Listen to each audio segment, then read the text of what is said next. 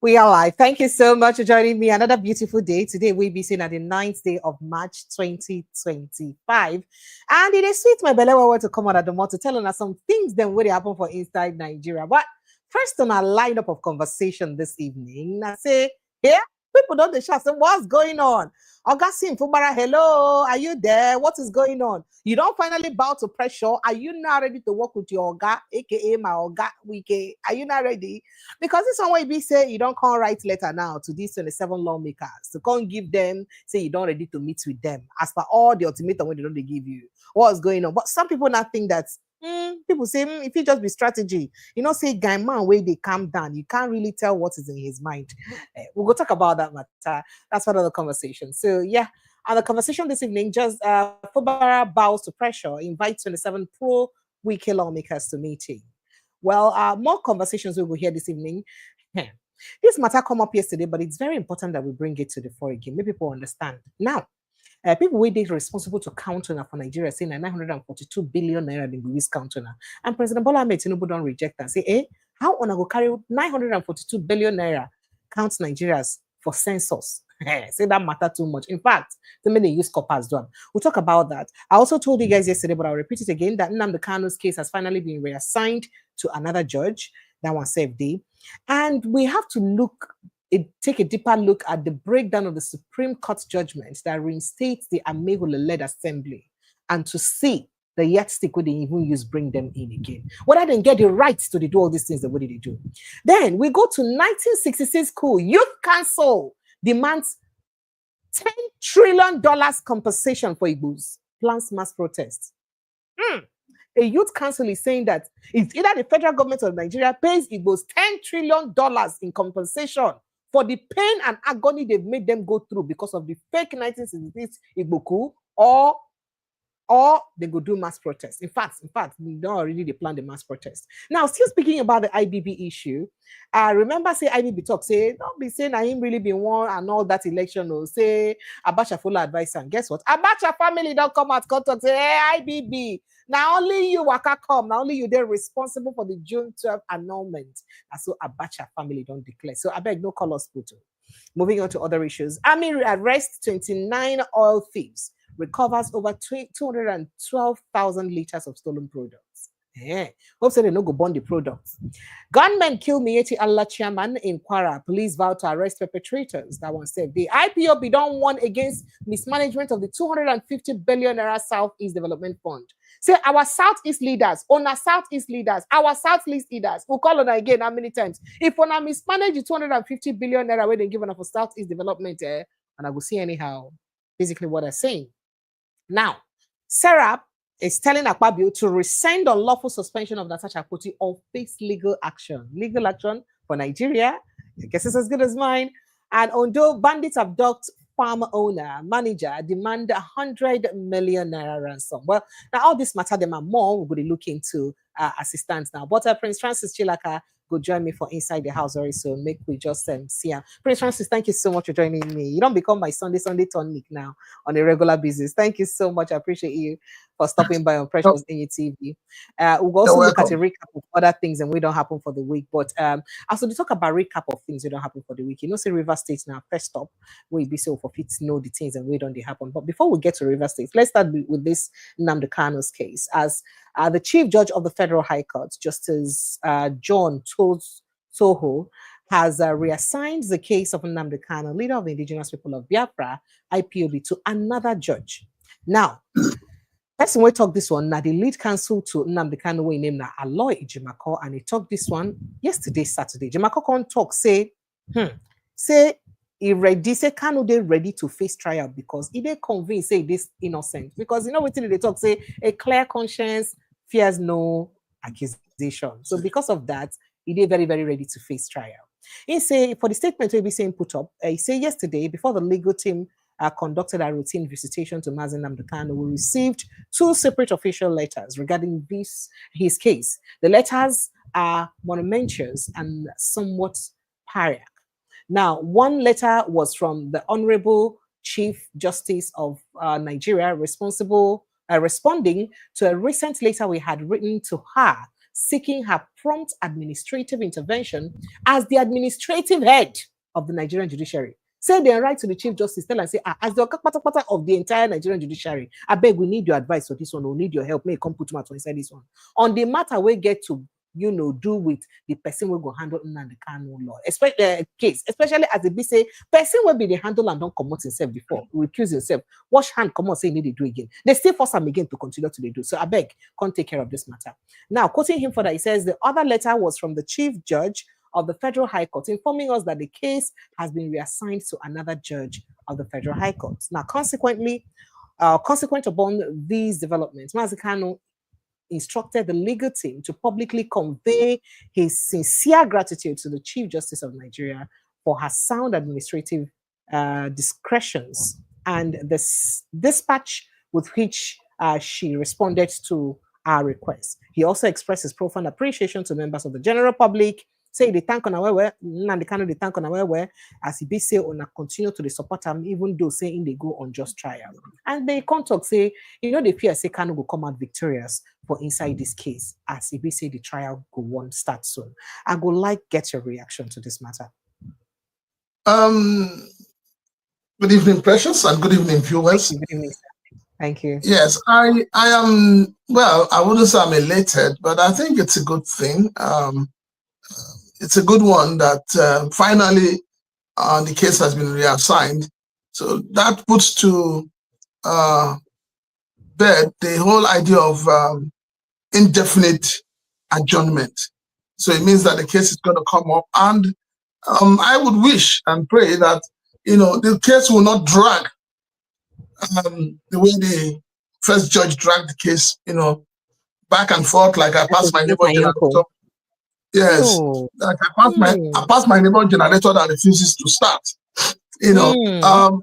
Unfortunately, we have a problem with the judiciary in Nigeria, and that problem is the fact that cases are not dispensed with as soon as possible. Cases are allowed to drag and drag. It gets to a point where even the case itself gets tired of being dragged. The case itself goes tired. Kanu's case is one of Kanu's case is one of them. I hope that it will be dealt with expeditiously, and that let's put this whole thing behind us. But I will also say to the federal government that while the case is in court, the federal government should consider seriously a political solution. They should consider a political solution. Quite a number of people have enjoyed the clemency of government. Quite a number of people have enjoyed the clemency of government when it comes to issues like this. We saw the children who were charged for treasonable felony, and when they came to court, we saw them looking, macheted and all of that. And, that really sent a message. And that message is, how do our government security agencies, how do they treat those that are in their custody? Do they treat them as animals, or do they treat them as humans? So we need to do something about our justice system. Our justice system is equally in the forefront of dragging this nation backwards. All right, so what happened? Okay, go ahead. We can't keep quiet about it. We must keep talking about it, And I believe that a lot of us are looking at the CJN. I am one of those who is holding her to her words at the National Assembly when she was being interviewed for this job, and she said that she has come to yes. Well, call it screen, but that is not screen, that's interview. She said she has come to to cleanse, so to say, the judiciary. But I haven't seen anything since she came in. I haven't seen anything in terms of the corruption in the system, in terms of the way judges, give different judgments. Nobody has been punished, and maybe just one or two persons that have been sent on suspension or early retirement. But I think it is time we begin to see this woman cleanse the system. Because if you have a good judicial system, then the ordinary man will have, regards and respect for the judiciary. But as it stands today, nobody respects the judiciary in Nigeria. Everybody believes that the judiciary has been politicized, and it is not good for the judiciary. So they need to cleanse themselves and do it, quick. And also, the judiciary has to define the role the police plays with them. Because sometimes the police will tell you, oh, we're acting based on court injunctions or what the court has said. But you find out that when court ruling is made, it is only the poor man that the police gets to force to accept that ruling. While the high and mighty don't even care. They just throw the court judgment into the dustbin and they move on. And we've seen several cases like that. You take your National Assembly, for instance. There was a court judgment stopping the committee from sitting, but the committee went ahead and sat and dispensed what they call their own kind of judgment. And everybody's just watching. So if the legislative arm of government, the ones who make the rule, who make the laws, are now the ones breaking the law based on what they call their handbook, or their handbook, which they designed by themselves. Suddenly their handbook has become more powerful than the Nigerian Constitution. Then something is wrong somewhere. All right, so I would like to know the judiciary so far, based on some recent updates which just come out in terms of the recent verdicts by the Supreme Court. You feel, say, truly the judiciary don't go through that reform where a Chief Justice, Kudirat Kekere talk, say it go bring. I don't want to talk about her antecedents. I don't want to talk about the whole Ihedionha and Hope Uzodinma case, the whole presidential, Supreme Court Presidential Tribunal. I don't want to talk about that one. We could not just go there. But based on how it did now, you think, say, with the recent judgment, the most recent judgment from the Supreme Court, as it gets to do with this Wike versus Fubara and Amaewhule-led team, them, you think, say, truly the Supreme Court don't really go through that cleansing, we will really make them indeed an unbiased and, of course, independent entity where it's supposed to be, an independent arm of government. Well, we haven't seen that. Oh, you never see happen? No, we haven't seen that. And don't forget that judgment of the Supreme Court with regards to the 27 lawmakers in Rivers State. For me, I'm not a lawyer, but looking at it from my own perspective, I would say that the Supreme Court came to war. They came to a stick fight with a bazooka. Why? Because of the way they reprimand Fubara for insider. Well, so we'll still go back to that Supreme Court judgment. Why I'm saying that is that don't forget that in the wake of all this brouhaha in Rivers State, Mr. President invited Fubara and Wike for a meeting. And in that meeting, which we all saw, which was the resolutions were made public. So it wasn't like something that was hidden. And then the resolution was not such that was subject to negotiations. It was more like, a command. Go and do this, go and do this. And, already before then, Fubara had cases instituted in court. But when the president said to him, withdraw your cases and let us come back to status quo, he did. To the best of my knowledge, he did withdraw some of those cases.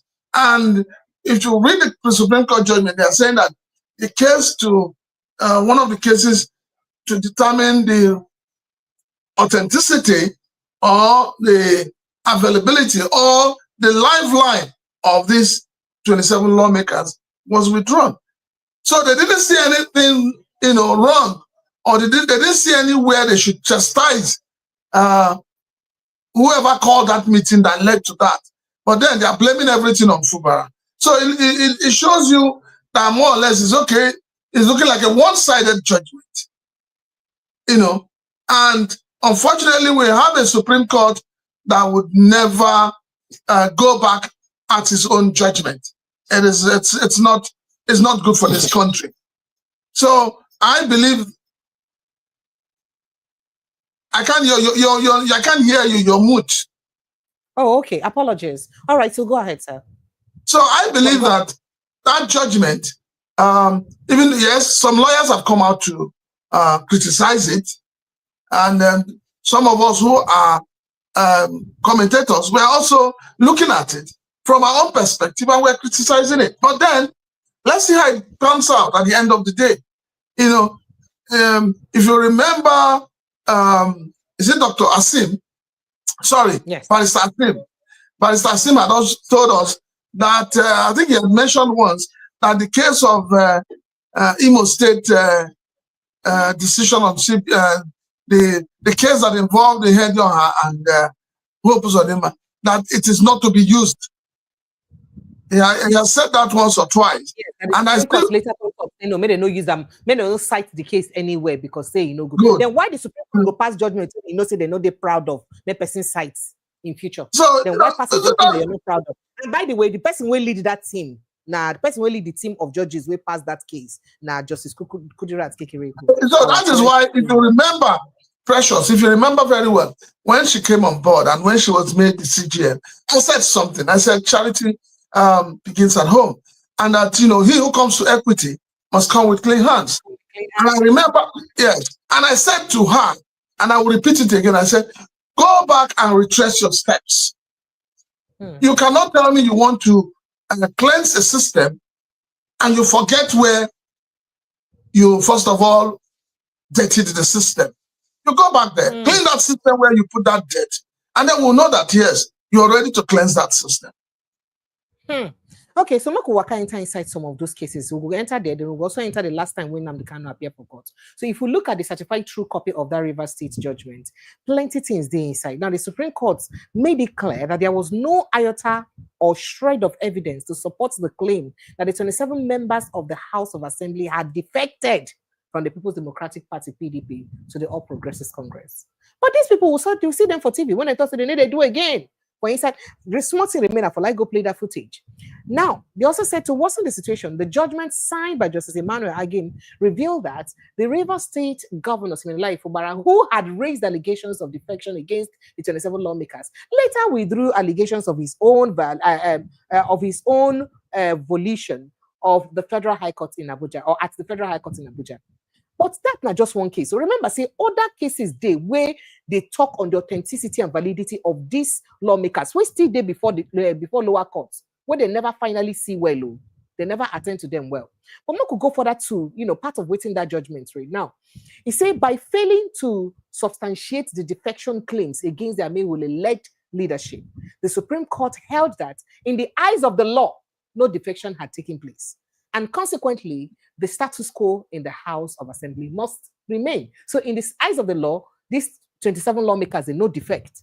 Hey, it was saying no happen for our Korokoro eye, if they different. Just like when it happened for our Korokoro eye, say Ahmed Lawan and Akpabio no do primaries because they be the pursue presidential primaries. But all of a sudden now, the two of them, they for Senate as senators of the Federal Republic of Nigeria. Now, speaking for that, Justice again endorsed the judgment, especially stated that there cannot be a House of Assembly except as prescribed by the 1999 Constitution.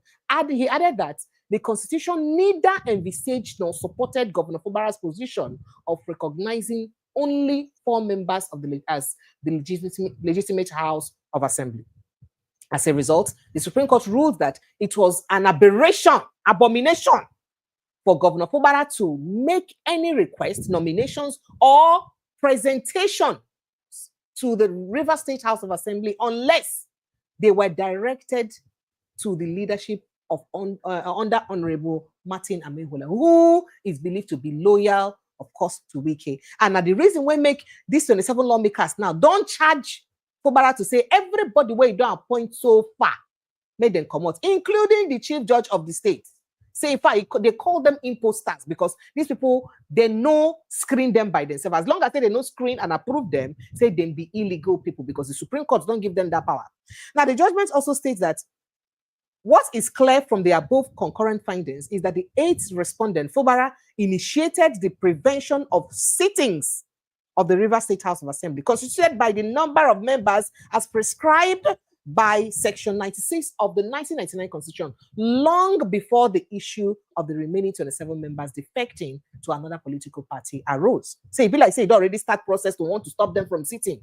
Now, the said activities of the 8 respondents, Fubara, were adjudged by the concurrent holdings of the Court of Appeal in 8 judgments. He named the judgment as illegal and unconstitutional long before the allegation of the defection stated. So bottom line, waiting the judgment they talk, say, you remember, say the Supreme Court gets a existing judgment where state say anybody will leave the political party where they enter inside another political party. All of a sudden, that your seats don't they declared vacant. Why? Because when people be the thumbprint, they vote for you. They no vote Martin Amaewhule. They vote PDP as a House of Assembly member. So they no vote until we begin get human beings for inside a ballot paper. So now waiting, Supreme Court don't get judgment till they again. So they don't go against their judgment. But now the Supreme Court they talk say now just hearsay. Now Fubara carry hearsay, say this lawmakers then come out. Say all right. Precious, calm down. Precious. You know, sometimes when judges, lawyers, the judiciary makes pronouncement, I think the problem we have is this toga that says they are learned. But how many of them are truly learned? That's the question that we need to be asking. How many of them are truly learned? This is a country where you heard somebody posed as, they call him a fake lawyer, and he went and won cases as far as the Supreme Court. He won case. You know, superstar like that for Kenya. Good. It happened in Nigeria too. There are a lot of people who go to court. They are not qualified. They are not lawyers, but they win the case. Now, I think the thing is that I think the role the Constitution has given to the Supreme Court needs to be checked. You can't have a body that cannot be checked. And that is why 200 million Nigerians will go to vote. INEC will tell you that out of that 200 million, only 30 million voted. And that 30 million have decided on who they want as a leader. Then the Supreme Court will come up, 5 people out of 30 million will come up and decide who the winner is. Is that not an aberration? Hell. So there is no Something is definitely wrong. So why would they waste money to election when another people will determine who gets to win the election? Now, the Supreme Court is saying that these people have not defected. Yes. PDP as a party, I am happy. It is not hearsay. PDP as a party has written before now to INEC to declare those seats vacant. So, who do we believe? If the party that they came under is telling the world that these people have left our party, they are now in another party, and then the Supreme Court is saying it is rumor, we don't believe it. At what point will they believe it? Okay. No, it's the truth. Yeah. At what point will they believe it? So what the Supreme Court has done is to bring in technicalities into the matter, and part of that technicality is to behave deaf and dumb. We hear nothing, we see nothing, we say nothing. Okay, that's what they have done. Okay, so for me, I think that, and I strongly believe that the Supreme Court is, you know, when they say give a dog a bad name in order to kill the dog. So the Supreme Court is trying to play to the gallery. Because I keep asking myself, why is it that Wike kept saying, obey the court, obey the judgments of the court? Before the talk and say, and when the time comes, makes him obey the court judgments. So, in other words, it can also be said that just like Nnamdi Kanu had claimed before, or his counsels have claimed before, that the judgment was written for somebody to announce. It could be possible. So we need to have a judiciary that is free from the excesses of the executive. We need to have a legislative arm of government that is equally free from the excesses of the government. Okay. So going back to this case now, we do know how that after this court judgments, the Amaewhule-led assembly don't come to give ultimatum. The first give 48 hours ultimatum to Oga, say make it come represent budget to them within 48 hours. They can't give 48 hours for them to sack all in political appointees when they screened by them. In fact, all of them. So maybe they sack all of them, bring new lists for them, make it business and then go approve the list them. You know, they give 48 hours ultimatum up and down. But speaking about 48 hours ultimatum, I would like go play a video where it be say, Wike himself even talk, well, I don't know whether I get that footage. When Wike talk about lawmakers giving a sitting governor ultimatum, 48 hours ultimatum, 48. We could go here when he talk, and then we will come back, come look at the matter where they ground today. As if we say, Fubara, the governor of Rivers State, don't finally come invite these 27 lawmakers or Yameko talk. To what end? Has he now given up? If you like say the fight is not tiring, or maybe not just tactics when they use to Koniman. Okay, we could just go listen to Wike first come back. Threatening government, you are wasting your time. I don't know why people don't even know the wound they're dealing with. Me, threatening me, 48 hours. Instead of you to come to government, what is the problem? What happened? Into threatening government, ultimatum. Under fire you and ultimatum.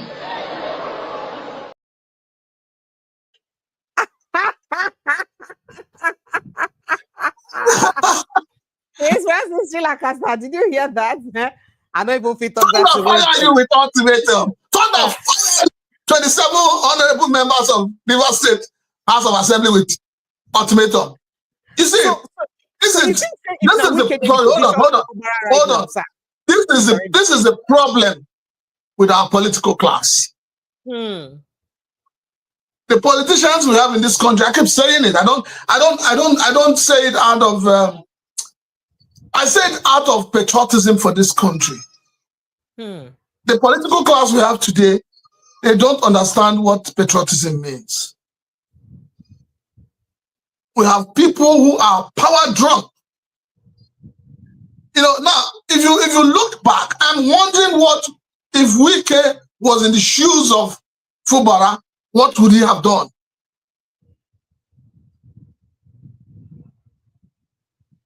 And this clip is what, if Fubara has a strong media team, which I doubt. And I think that is the problem of Fubara. Fubara does not have a strong media team. He needs to step out of the box. He needs to look for people like Precious who can give him leverage and coverage. And that's the truth. Because I am telling you, the media team of Fubara, they seem to be sleeping. Check the media team of Obasa. Just Obasa alone. Check his media team. They are in your face 247. And that is what Fubara should be doing. So he needs to do more with his propaganda is allowed in governance.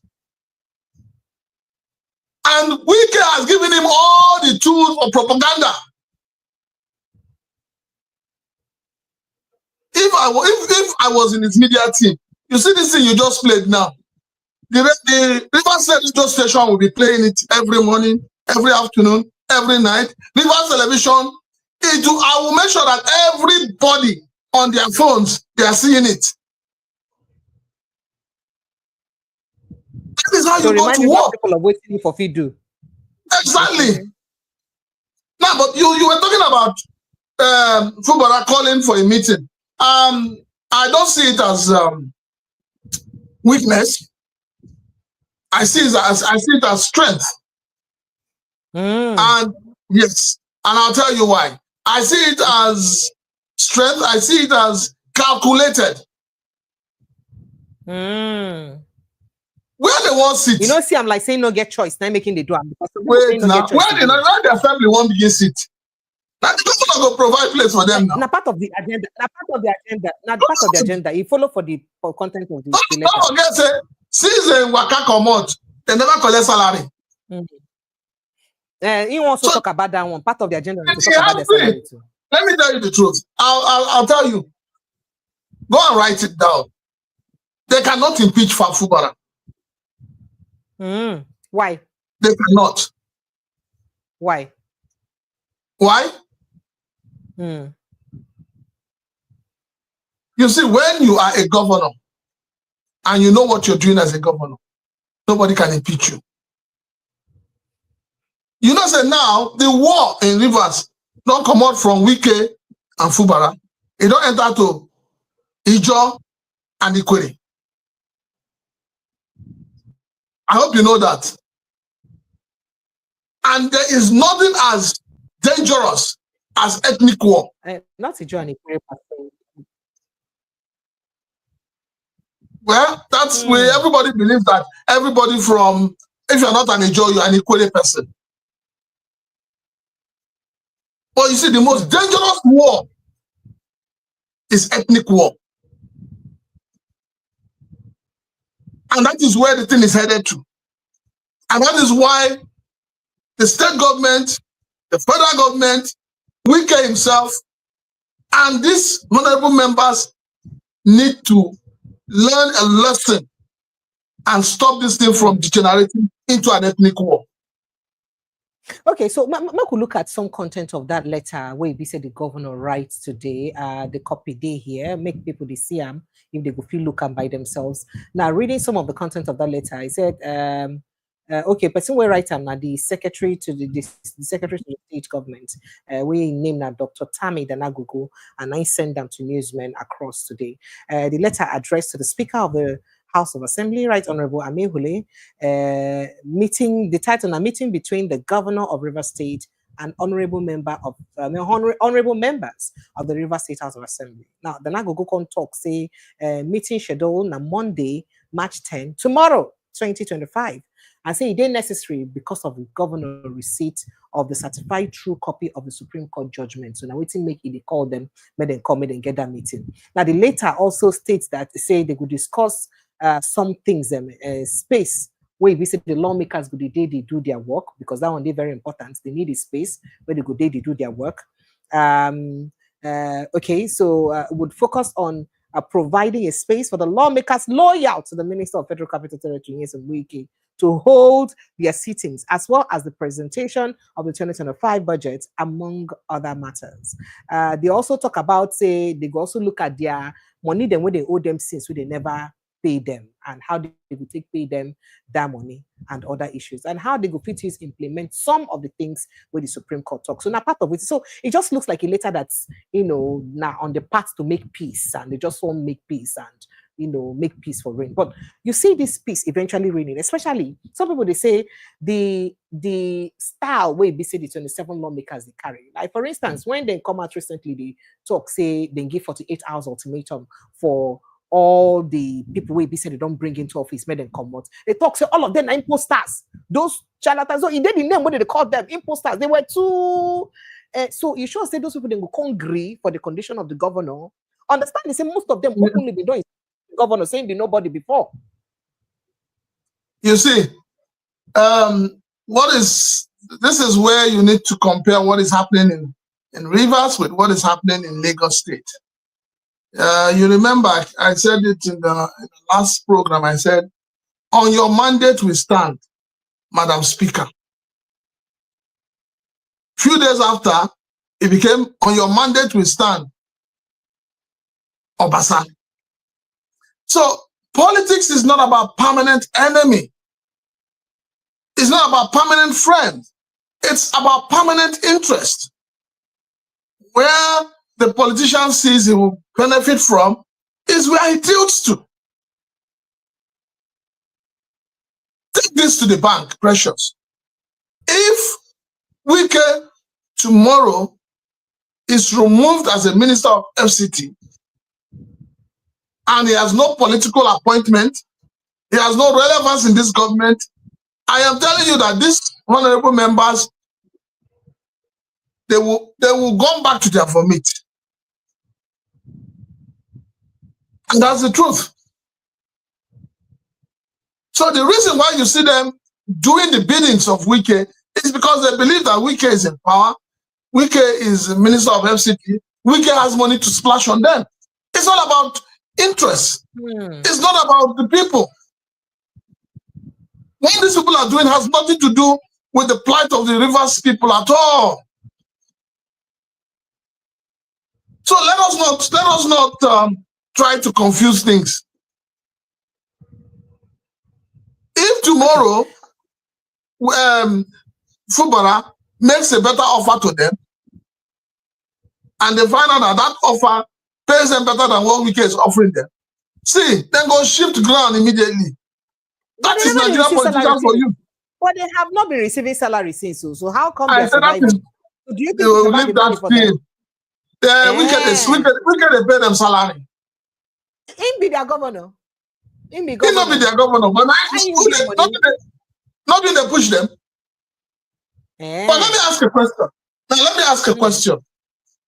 Now that the Supreme Court has reinstated them, have PDP accepted them? PDP is divided. Remember that Wike still holds sway to one faction of PDP. Wike still this strong for one faction of PDP. The present acting national chairman, Guy Damagu. So what are you talking about? So it's just Who talked about them? Who talked about Precious, calm down. Precious, calm down. Who sent a letter to INEC? Is it not the same Damagu? Between you and I, we know that Damagu's position is shaky right now. Whether we like it or not, PDP will be wrestled from the hands of Wike. Watch and see. They get the mind. Yes, they get the mind. Wike don't make a lot of sacrifices for PDP. Remember, they don't spend a lot of money for PDP. At the time when people like Atiku then leave PDP for 2015, 2014, go from Buhari, bring them to power. Whose benefit? Has he not reaped the money he spent on PDP being governor of Rivers State for 8 years? Has he not? Okay. But, I mean, it's a simple thing. Is it because they have not called him to question? There is no governor in Nigeria that has not stolen money. None. And anyone that comes to swear with Amaewhule will die. I'm not one of those that will ask. I'm not one of those that will ask your governors to come and swear with the Bible or the Quran. No. They should come and swear with Amaewhule or swear with Shongo that they have not stolen money from the state. So let us forget all this. Whether we never take any money when they be on be. No problem now. Let him come. No due to him before. Make him come. Make we go or Okija shrine. Make you go swear. Okay. All right. So going back to Nnamdi Kanu case, as you take B right now, you feel say truly the Nigerian courts not ready to do the right thing, considering in last outbursts, the last time when it be say he go court, when it be say react, say the Nigerian government they even fail for their own constitution, constitution when they put together, they even fail inside. They don't even know. If I could just go take some excerpt of that reaction. Doesn't know the law. You don't know the law. I put the petition.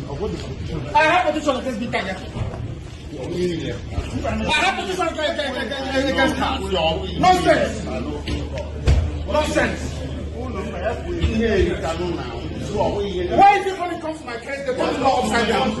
They turn the law upside down. Upside down. What's the petition? Upside down. What are the rules? Listen. This is the laws of Nigeria. The prosecution, and this court doesn't know the law. That is the fact. Poor knowledge of the law is killing Nigeria. poor knowledge of the law. They don't know the law. This is a federal gazetted law of Nigeria that says here that the chief judge of Nigeria cannot tell Binta Nyako what to do. It's here. It's your law. Just obey it. That is why I do what I do. I agitate for Biafra. I agitate for Biafra. My right to agitate. My right. They turned it from treasonable felony now to terrorism. Stop talking when I'm talking. Sorry, sir.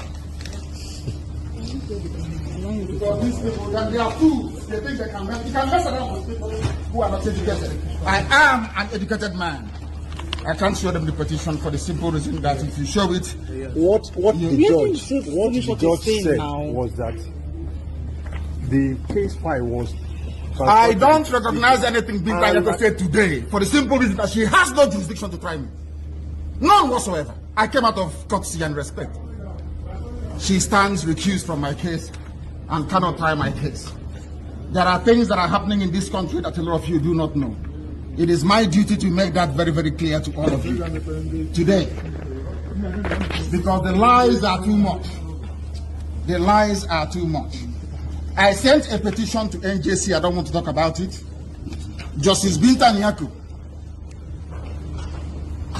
is using her position for personal gain. For personal gain.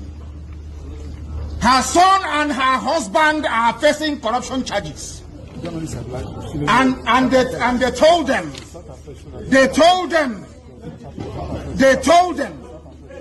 that if they convict me, this is what happens. You can see it. They don't want the truth to come out. Nobody wants the truth to come out. Nobody wants the truth to come out. Nobody wants the truth to come out in Nigeria. That's the problem. Who's that person? Who's that person?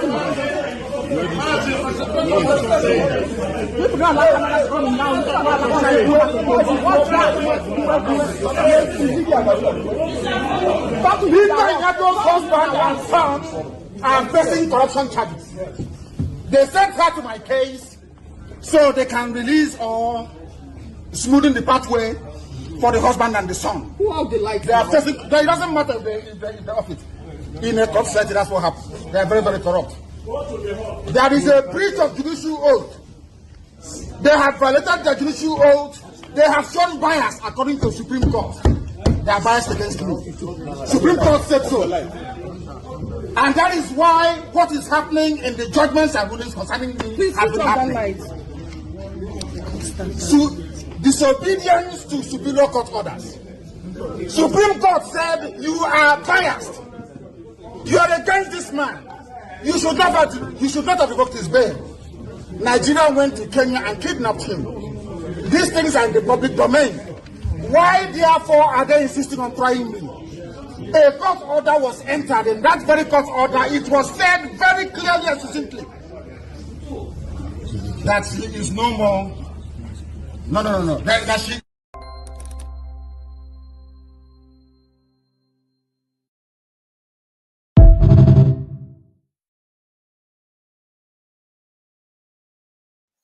Prince Francis Chilak apologies. Well, you see that matter, matter as it take be, and so based on all these complaints when you be saying make, you feel say the Supreme Court don't they ready? In fact, the Nigerian court generally don't they ready to do the right thing? Remember, say Aloy Jimakon lead counsel talk say they don't write, they be right to Justice Kudira Kekere will be the CJN and say the CJN don't agree, say she go come up body for inside the matter. So now when she don't agree to come out her body inside, sorry, she don't agree, say, but then reassign her case to a new person. Now when they don't reassign her in case to a new person, you feel, say, the Nigerian courts could do the right thing immediately? Well, for me, it's not just reassigning the case. There was an issue that was raised by Nnamdi Kanu. And that issue is a very troublesome one. And I am expecting that the Nigerian media will not just close an eye to it. He raised a pertinent issue. And that issue is that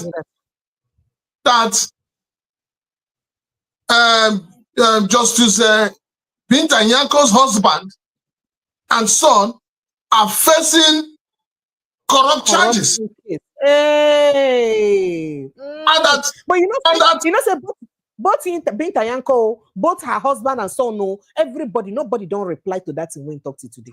Nobody. And everybody has kept quiet. Everybody. So that is the injustice we're talking about in this country. And the media has kept quiet. The media has kept quiet. It's totally unacceptable. So while the case is ongoing, they should be able to follow things the way they are. The man has raised an issue bordering on, lack of trust, lack of transparency, and inducement. We should not allow that to just go that way. We should put an eye to it. It should be investigated properly. But leaving that, coming back to the case, I think that to a large extent, I believe that the Nigerian judicial system probably is a probability. Probably they are ready to hear the case. But for me, it is not ready to hear the case. For me, it is that the case must be dispensed with as soon as possible. Thank you. It has gone for too long.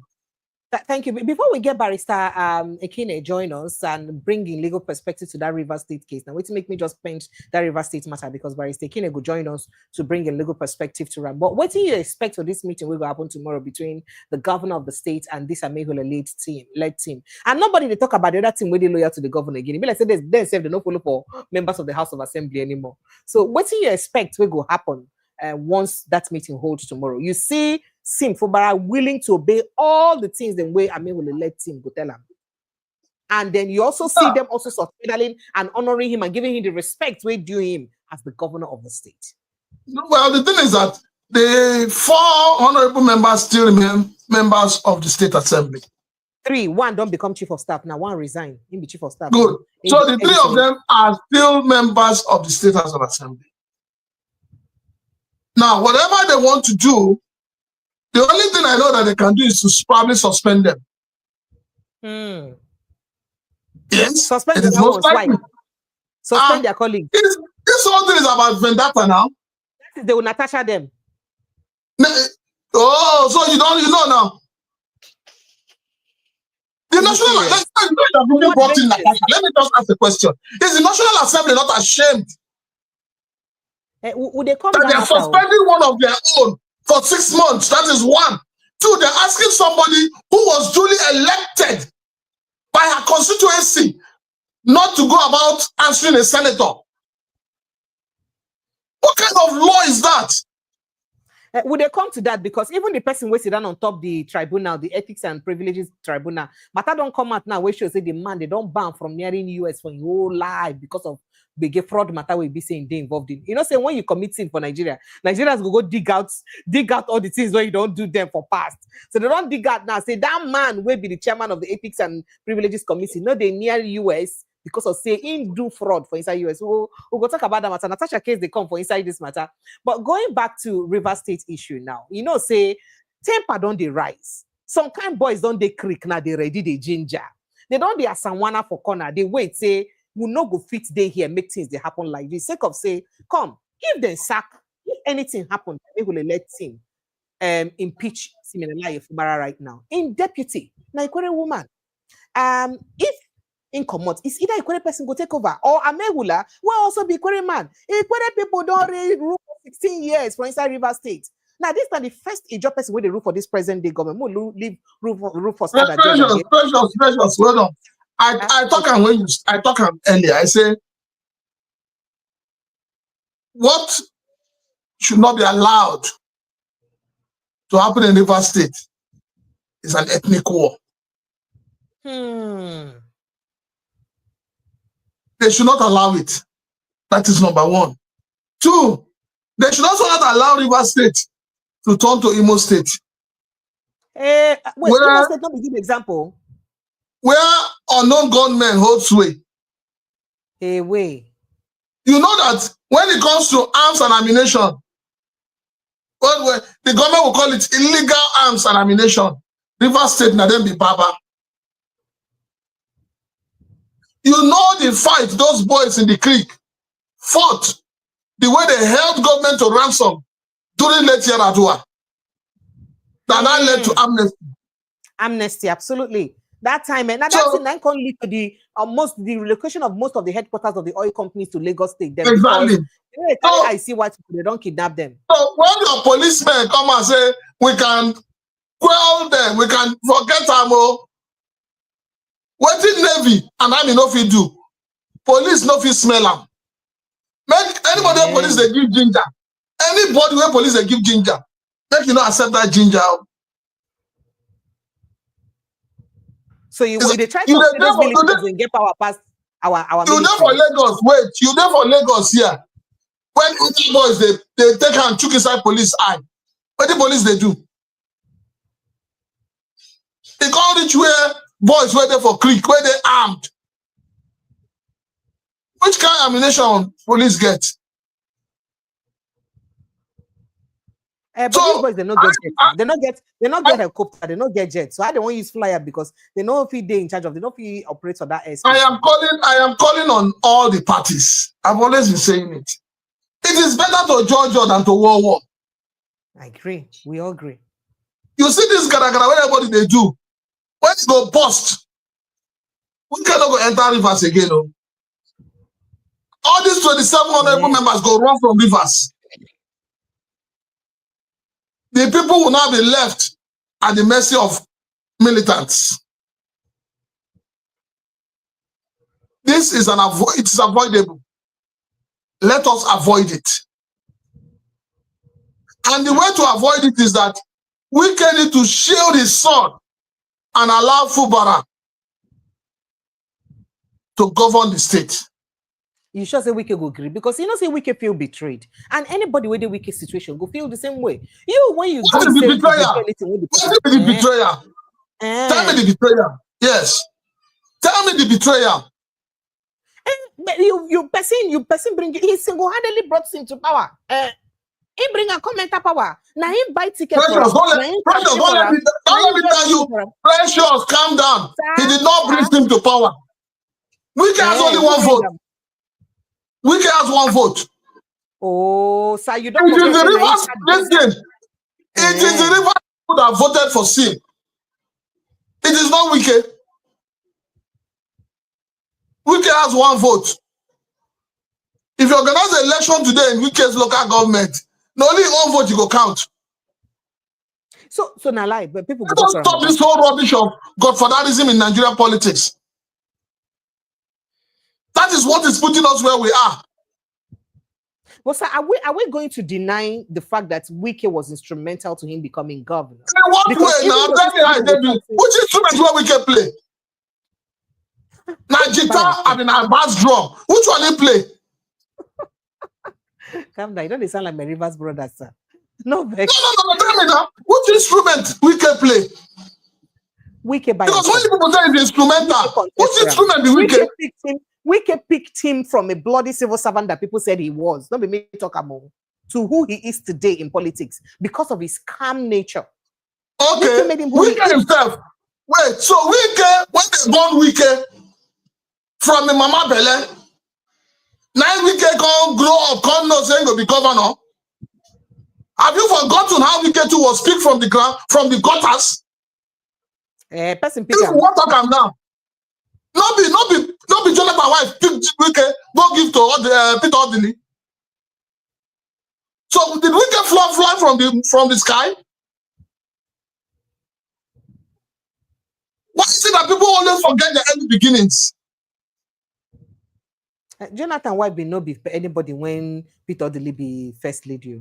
When Peter Odili be governor of the state, Jonathan wife be no the in power at that time. Jonathan self never see the bias. Who hand over, madam? The video is in the internet. Video not a lie. Who hand over Wike to Peter Odili? Tell me. That one at the time. That time the time went from minister for state to enter inside governorship position. Now that time. So somebody brought him. So somebody helped him. Brought him. Wait, after they brought him and he became governor, did Peter Obi lord it over him? I mean, Peter Odili, did he lord it over Wike? Did Patience Jonathan lord it over Wike? Why is Wike behaving like a rascal? A man as old as that, he should be a father to the state. He should be an elder statesman. Why is he behaving like a rascal? What is it that these people have kept in government house that they don't want other people to see? Has he not taken enough from the state government? Is he not making equally the same amount of money being the FCT minister? Do you know that as an FCT minister, he's like a governor? So let us stop all this thing we keep saying, he made somebody, he made some. Somebody always makes somebody. But for the fact that somebody is your benefactor does not make you a fool. Okay. So please, for me, whatever has happened, whether he brought him, whether he picked him from the gutter, whether he picked him as a bloody civilian, whether he picked him as a bloody civil servant, the point is that Fubara, as of today, is the recognized governor of the state. Wike should respect him accordingly. Okay. All right. So you see them, well, you never still answer the question as per waiting go pull out tomorrow. But when we reach tomorrow, it's very near because now still early in the morning, we'll go know waiting go happen. But speaking about other matters as it gets to do with IPOB, so the indigenous people of Biafra, they don't call for transparency and accountability for the management of the reported 250 billion naira appropriated to the newly established Southeast Development Commission. And in fact, they talk, say, may they make sure say they use the money well for truly the development of the Southeast. You remember, say, a lot of people don't they talk, including you, several locations, say one of the biggest problem with the Southeast get, now the leaders and where the Southeast, because they need to utilize the funds where they put for the Southeast to the benefit of the Southeast people. So you see them perhaps, you know, doing the needful now to ensure, say, they work for the development of their region. Well, I would say this. This is the first time IPOB is sounding reasonable. This is the first time. I have always said this to IPOB. Before you start fighting the federal government, fight your state governors.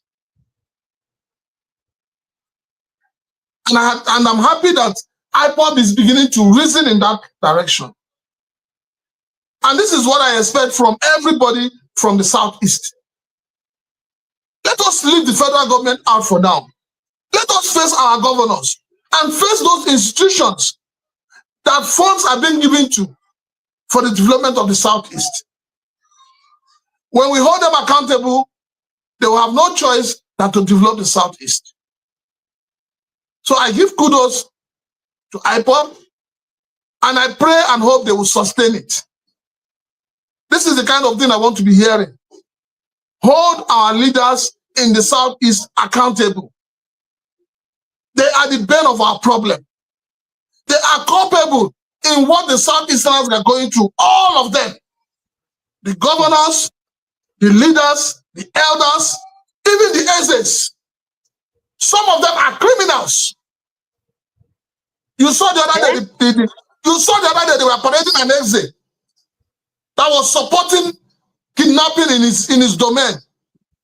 And that's what I've said to you severally, and I'll keep saying it. We wake up from sleep, we say, British took our people as slaves. They carried our people away as slaves. But we forget that it is our own people that sold our own people into slavery. I saw that video where an Eze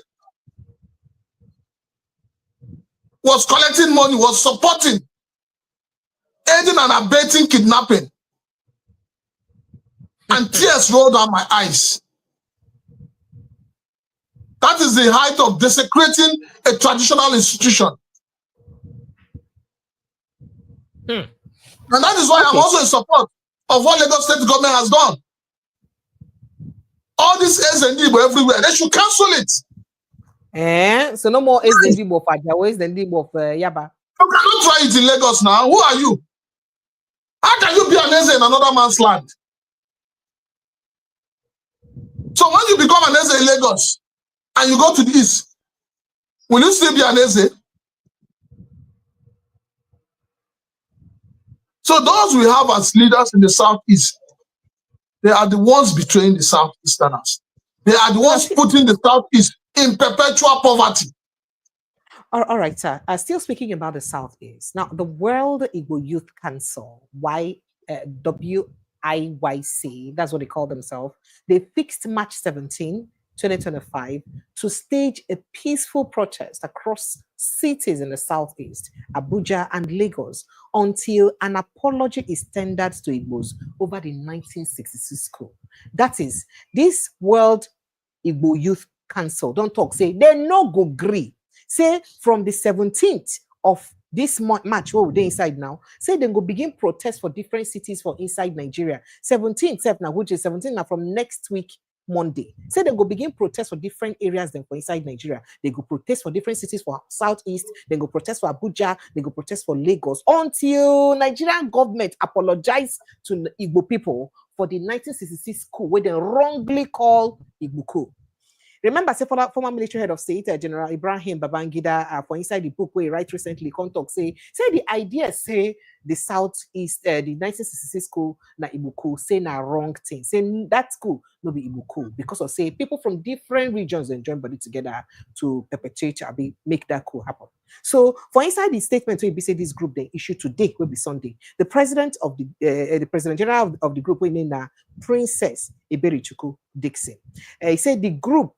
They call on President Bola Ahmed Tinubu to extend an unreserved apology to the Igbo nation and provide a reparation totaling $10 trillion to use beg Igbo people to cushion their mind for the way they don't suffer them because of this wrong one, what they call Igbo. They use and suffer Igbo people anyhow. Say they supposed to use that 10 trillion naira to use wet Igbo people mind, calm them down because the people don't suffer for waiting. They finally come no say na lie. Now, this demand is not merely a matter of financial restitution, but a necessary acknowledgement of the profound suffering endured by the Igbo people, exacerbated by the loss of approximately 3.8 million lives during the Nigeria-Biafra Civil War, 1966 to 1970. Part of that statement read. It can't continue to read. So beginning from March 17, 2025, the WIYC will initiate peaceful protests across selected cities in the Southeast, as well as in Abuja and in Lagos. They talk a lot of things. I would like make I take your mind for waiting then talk, sir. Why they laugh? Oh my God, Precious.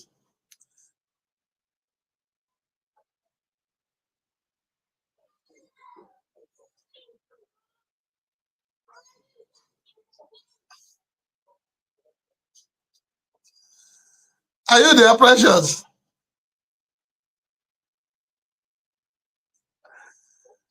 Well. Igbo youth, what is outage? I'm sure that I'll get my power reconnected back. So go ahead. You said they call them World Igbo Guinea. World Igbo Congress or the World Waiting. You know, Precious, I've said this before and I'll say it again. The Igbos need to wake up to the reality. The Igbos need to address issues with one voice. I said to you that the book written by IBB that has finally put a cap on 1966 coup, Abi? Yes. Saying that it's not an Igbo coup. Yes. My position still remains. It is not something every ragtag group will start agitating for. I have said something and I will stand by it. The leaders of thought in Igbo land, made up of traditional rulers, made up of governors, made up of elders of the land, made up of the youths, including Ohaneze and Igbo. They should form a formidable committee. Let that committee study that book very well. And then sit down with the man who wrote the book. And then end up produce a report. And that report will become a communique that will be sent to the federal government.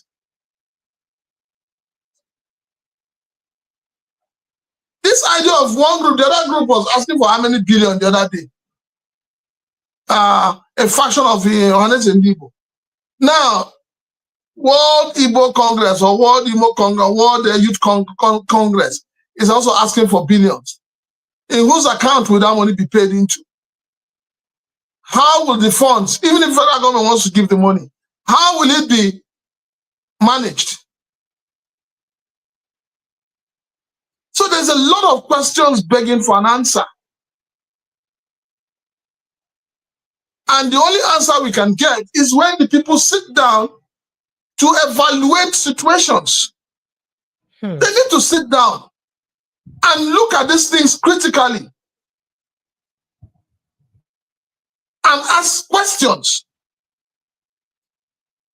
And one of the questions that should be asked is that, or one of the questions we should ask is, how do we manage the agitation for Biafra? It is very important. Can you hear me, sir? Go ahead, sir, please. That committee should also look into why we do not have referendum in the Constitution.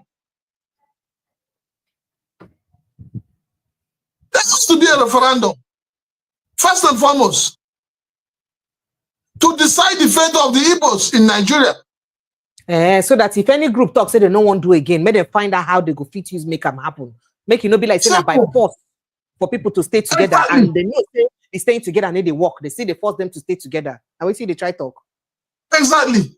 So for me, it's not about, I hope they know that on the 17th of March is on a Monday. Yes. And I hope they know that they sit at home. 9 make they won't protest that day. Are they willing to take the risk? I don't know. Are they ready to confront your non-government? But let me say this. Anybody that wants to protest and that wants to draw the attention of federal government should go and do it in Abuja. They say they go reach Abuja now. They say they go. They should not. They should leave the entire southeast, leave other regions. Go to Abuja and do your protest. Because power. What is the essence of wanting to protest in Lagos, for instance? They say they go also protest in Lagos State. At this time, that is why I've said before that this sit at home. You are killing businesses in your own region. You are killing your own people. You are driving them into poverty with your senseless sit at home that you people are organizing. In as much as IPOP have said that they are not a party to that sit at home, but they started it. And they have not been able to quell it up till now. But somebody don't talk about before say support the sit at home because say now voluntary way be say not just a means of civil disobedience. So people to talk the person where they talk about that person they talk about get business for Southeast. You get business for Southeast. You sit down in Lagos where you're comfortably doing your business and you say you're supporting sit at home in the Southeast. Are you okay? All the businesses for Southeast, they closed every Monday. Is the person normal? Precious, is that person that is saying that in normal? That person needs to have a brain check.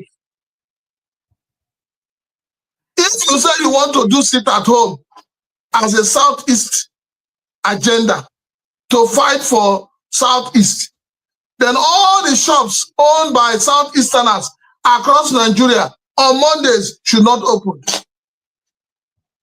Then I will know that you guys are serious with sit at home. You come to Lagos, you now tell Ladipo Market not to open You tell Alaba market not to open. All the markets owned by Igbos, including supermarkets, across the entire country should not open on Mondays. Then we'll know that you're serious. But you cannot sit in Lagos or Abuja where your business is thriving, where you open your business from Monday to Sunday, and then you say you're in support of sit at home on Mondays. Honestly, that person is sick in the head. Do you know how many people that survive on daily basis from what they sell, from what they get? Every day. And they cannot move around. Because one non-entity is asking for sit at home. With all the sit at home they have done so far, what is the result?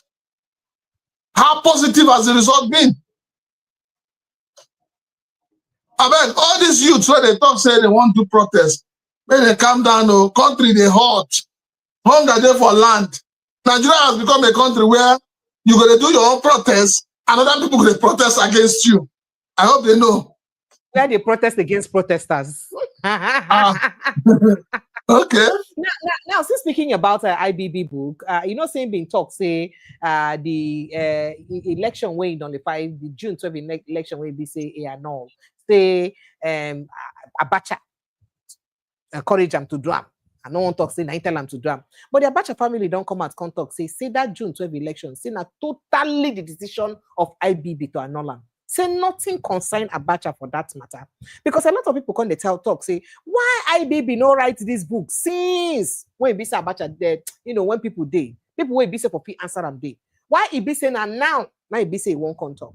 So what you get to talk about what's in IBB family there, sorry, Abacha family they talk. No, but they're right. Okay. They're right. The only person you can lie against is the dead. The dead cannot speak for itself. So if it's like a marriage where a husband and wife are living, and then the husband or the wife, one of them wake up one morning and kill the other one, and you now said, I killed her because she has already arranged her own arsenals to kill me. It's your own word against the cops. I am one of those who have said severally that IBB took so much time. It was too late to say what he's saying. What stopped him before the book came out? When few of the people who were part of the June 12 Broha were still alive, why didn't he grant a press conference? If a show a small trailer, make we understand, say, this movie where they come, it gather weight. Are they alive?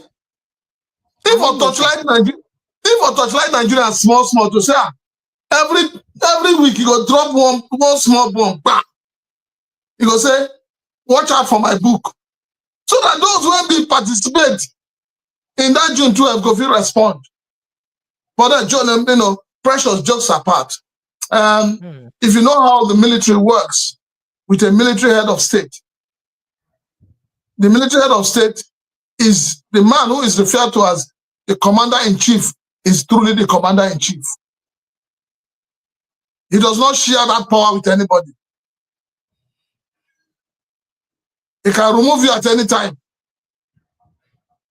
And he can leave you at any time. We saw what played out between him and Ibitukiwe.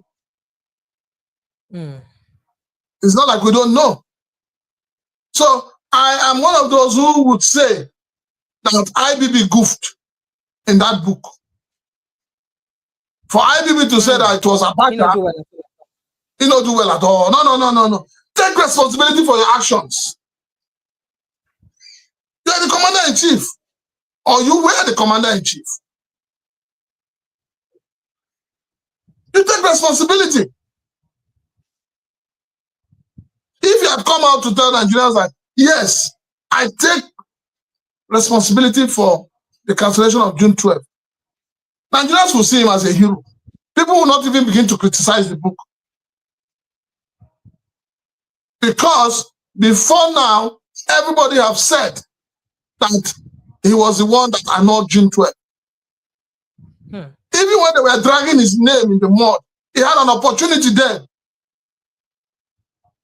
But after stepping aside, in that famous step aside, he should have told Nigerians that it was not me. It wasn't me. Nobody could kill him. Okay. All right, sir. Before we enter inside Natasha Akpoti matter, because some developing stories there for inside that matter, but we could enter inside Niger Delta again as troops from the Nigerian army say they don't sustain a crackdown on oil theft for inside Niger Delta, and they don't arrest about 29 suspected oil thieves and recover over 212,000 liters of stolen petroleum products for inside the state. During the operations when they conduct between March 3rd and March 9, 2025, security forces also deactivate 31 illegal refining sites and demobilize 26 boats where did they use carry these routines they work up and down. So kudos to the to the army, as they say they nip this one in the butt. But a lot of people they ask Nigerian army questions. They're not gonna know vex. So what thing they do about the gold then what is Amfara? What thing they do about all the illegal mining where they go on for inside the country, where they destroy our entire environmental ecosystem? Because it they destroy aquatic life, it they destroy the land and farming, it they destroy things. So waiting on they do about them. The same force wanna carry, they attack young boys for Niger Delta. Commendable. On they extend that force to for inside North, where it be said they do the same thing, but this time around with a solid mineral. I would like to take a reaction. Wait till I make I talk again, precious. Sorry, sir. I would like to take a reaction. Now the same thing when everybody's on the talk. Yes, congratulations to the Nigerian army. They have done well. They have arrested hungry young boys who are carrying out oil bunkering, carrying out illegal mining, illegal refineries. They have seized about 200 and something thousand liters of PMS or crude oil, whatever they have seized. It's commendable. Yes. It shows that the army is very proactive and doing the right thing when it comes to the southeast. I commend them for all the checkpoints they have, running through the entire southeast and south. Very commendable. I commend them for the kind of security they are providing, especially in the southeast. I commend them for discharging those checkpoints on Mondays and allowing unknown gunmen to have a field day. I commend the Nigerian army for stemming kidnapping in the southeast, south region.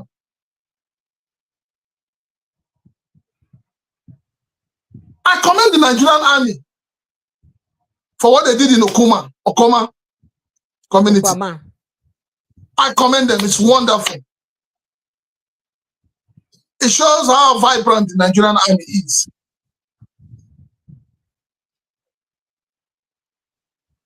I commend the Nigerian army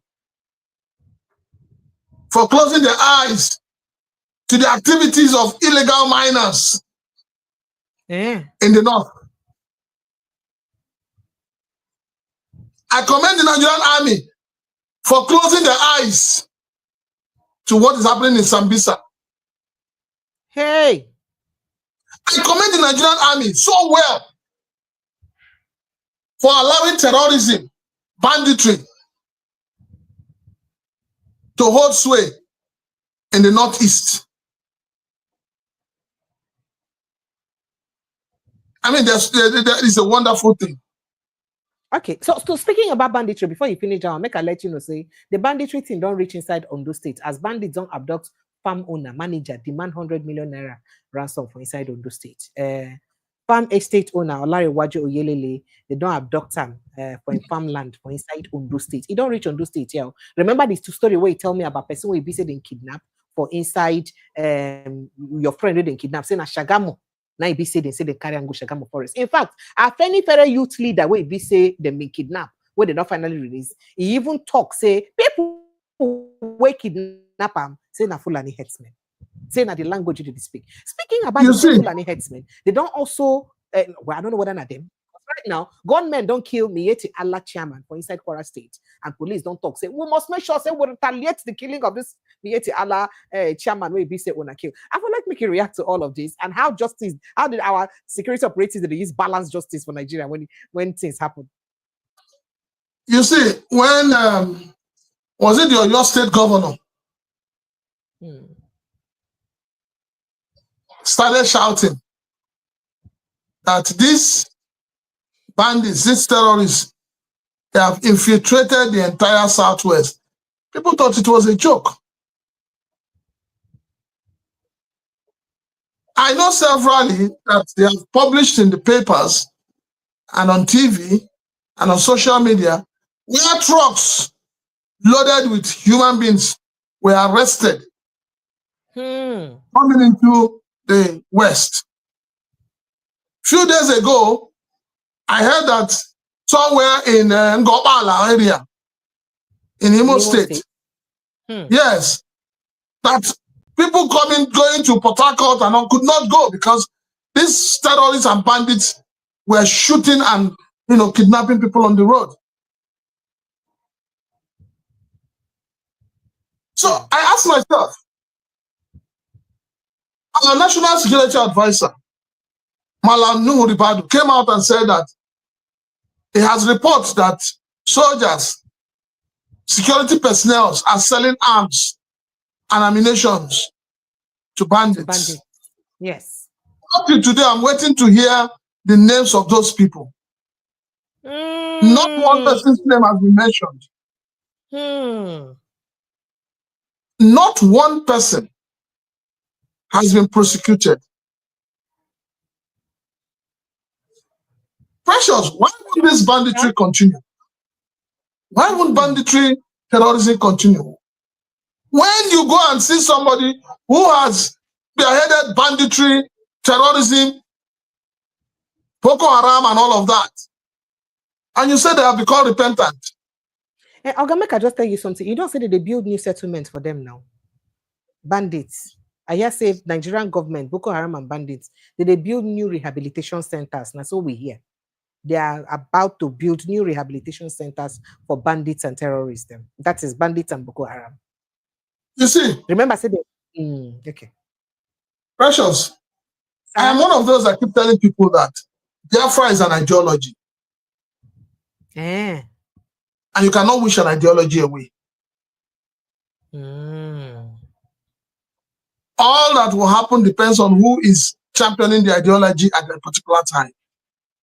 And you know why you cannot wish Biafra away from the Southeasterners? Because of the number of lives that were lost. The amount of pain inflicted on the people. And the fact that the same people feel that those who inflicted these pains on them are living within the same society with them. Now, taking it to this whole menace of Boko Haram, maybe government is not asking the question they should be asking themselves. You think that those whose parents have been killed, those whose brothers and sisters have been killed by these same people you are reintegrating, you think they'll be happy? So you don't know that tomorrow somebody may wake up from sleep and remember that it is this family that is responsible for the death of their grandparents. And then they will start thinking of revenge. It is easy to ask for forgiveness, but we don't talk about the bruises. Yes, we don't talk about the bruises. It's like a woman who has. It is like a woman who has suffered 5 miscarriages as a result of physical abuse from the husband, and then she goes to file for a divorce, and then the court will now say, "Okay, give you 6 months to go and try and resolve this matter." And in that 6 months, you want them to stay in the same house. Don't you think that if the woman wakes up one morning and her head turns, she can poison the man or even stab the man to death? When you say people are psychos, okay. So we don't. When you say people are psychos, we don't think of what has turned them into psychos. Speaking about psychos, it is a trauma. It is a trauma of what they have suffered that ends up turning them into psychos. So you know, say a lot of people blame Natasha Akpoti for the way her outbursts were inside the National Assembly. You feel say now what she don't go through over time, now what she don't make her outburst like that, because remember, say she talks, say she don't go through a lot, say she just endure since. So you feel say now what make her go through that outburst as you did. Talk, answer me this one. I get updates because Sarah said don't threaten Oga Akpabio, say they will carry them go court. But I make her take a reaction to that first. See, let me say with all sense of responsibility and with regards to the National Assembly, the way they handle the issue of Natasha does not give anybody confidence in the 10th Assembly. You see the way, you see the headlines and way international communities they use reporter. You beat a child and you ask the child not to cry. You beat a child and you ask the child not to cry. What is that rule that she did not obey that has warranted for 6 months suspension? There are people in the National Assembly that have said worse things. There are people who have said worse things. But if you check down memory lane, you will know that this 10th Assembly is good at even denying its members freedom of speech.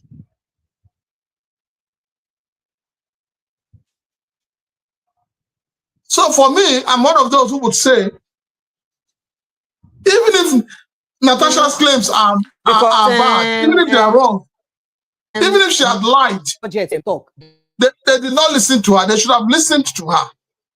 Talk about it. So suspending her the way they did was totally unacceptable.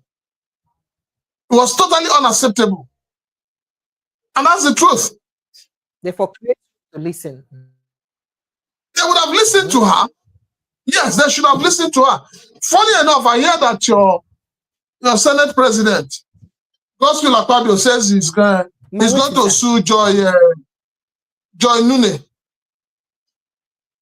Your Senate President says he's going to sue her for claiming, for accusing him of sexual harassment and all of that. And here for years, and I said, is it now that people keep continuing to be referred to like so why is it that he has not sued her all that while when she came out to talk about it on Arise TV?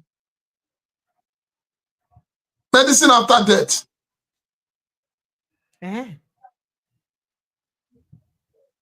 If we do things right in this country, your Senate President will not be in the Senate.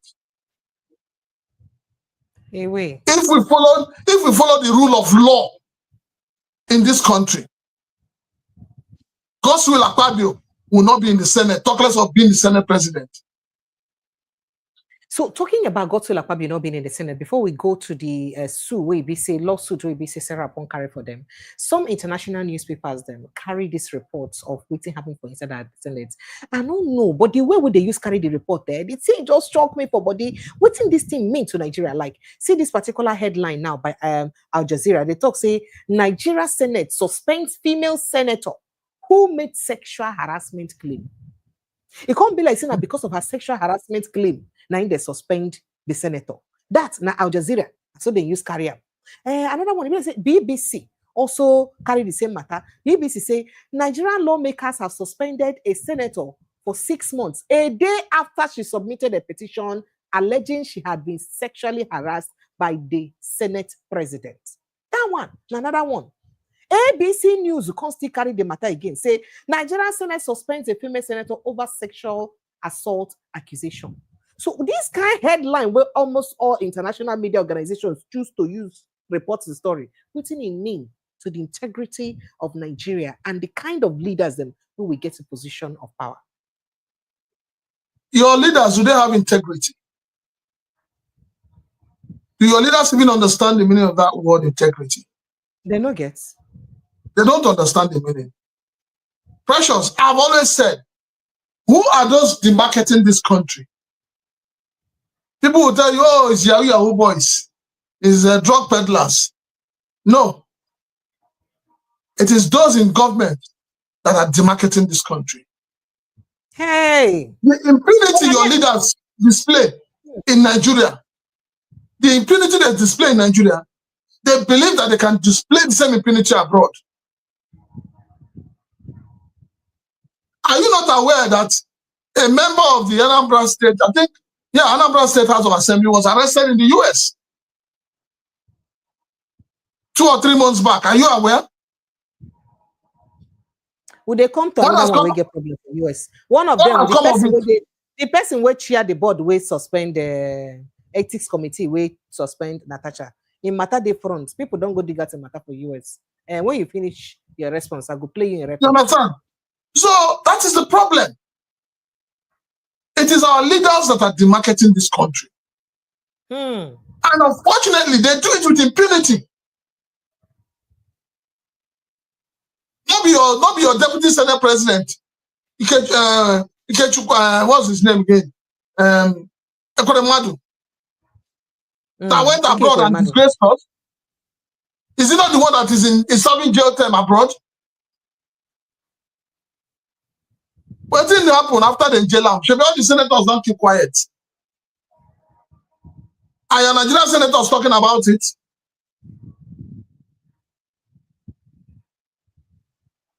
But if there one small Yahoo Yahoo boy now, EFCC go carry banner, put for a neck,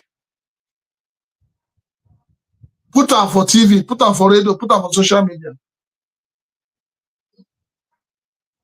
EFCC was saying that Bello, Kogi State former governor, embezzles also amount. Why they not put a banner for a neck? Your former accountant general of the federation, Shebi they say thief money.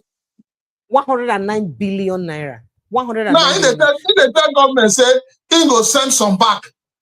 Why EFCC no put this thing for a neck? Okay. We are running through laws in this country. If you want thief today, as you sit down there, precious, if you want thief, not thief 10,000, no. Not go thief 50,000, no. Not thief 1 billion. Now the formula be that. Formula, when you thief 1 billion, you go keep 500 million, Abi. They chop. You go keep another 250 million to make case. You go keep 100 million. When you go then government talk, you say I won't give you 100 million, make the case end.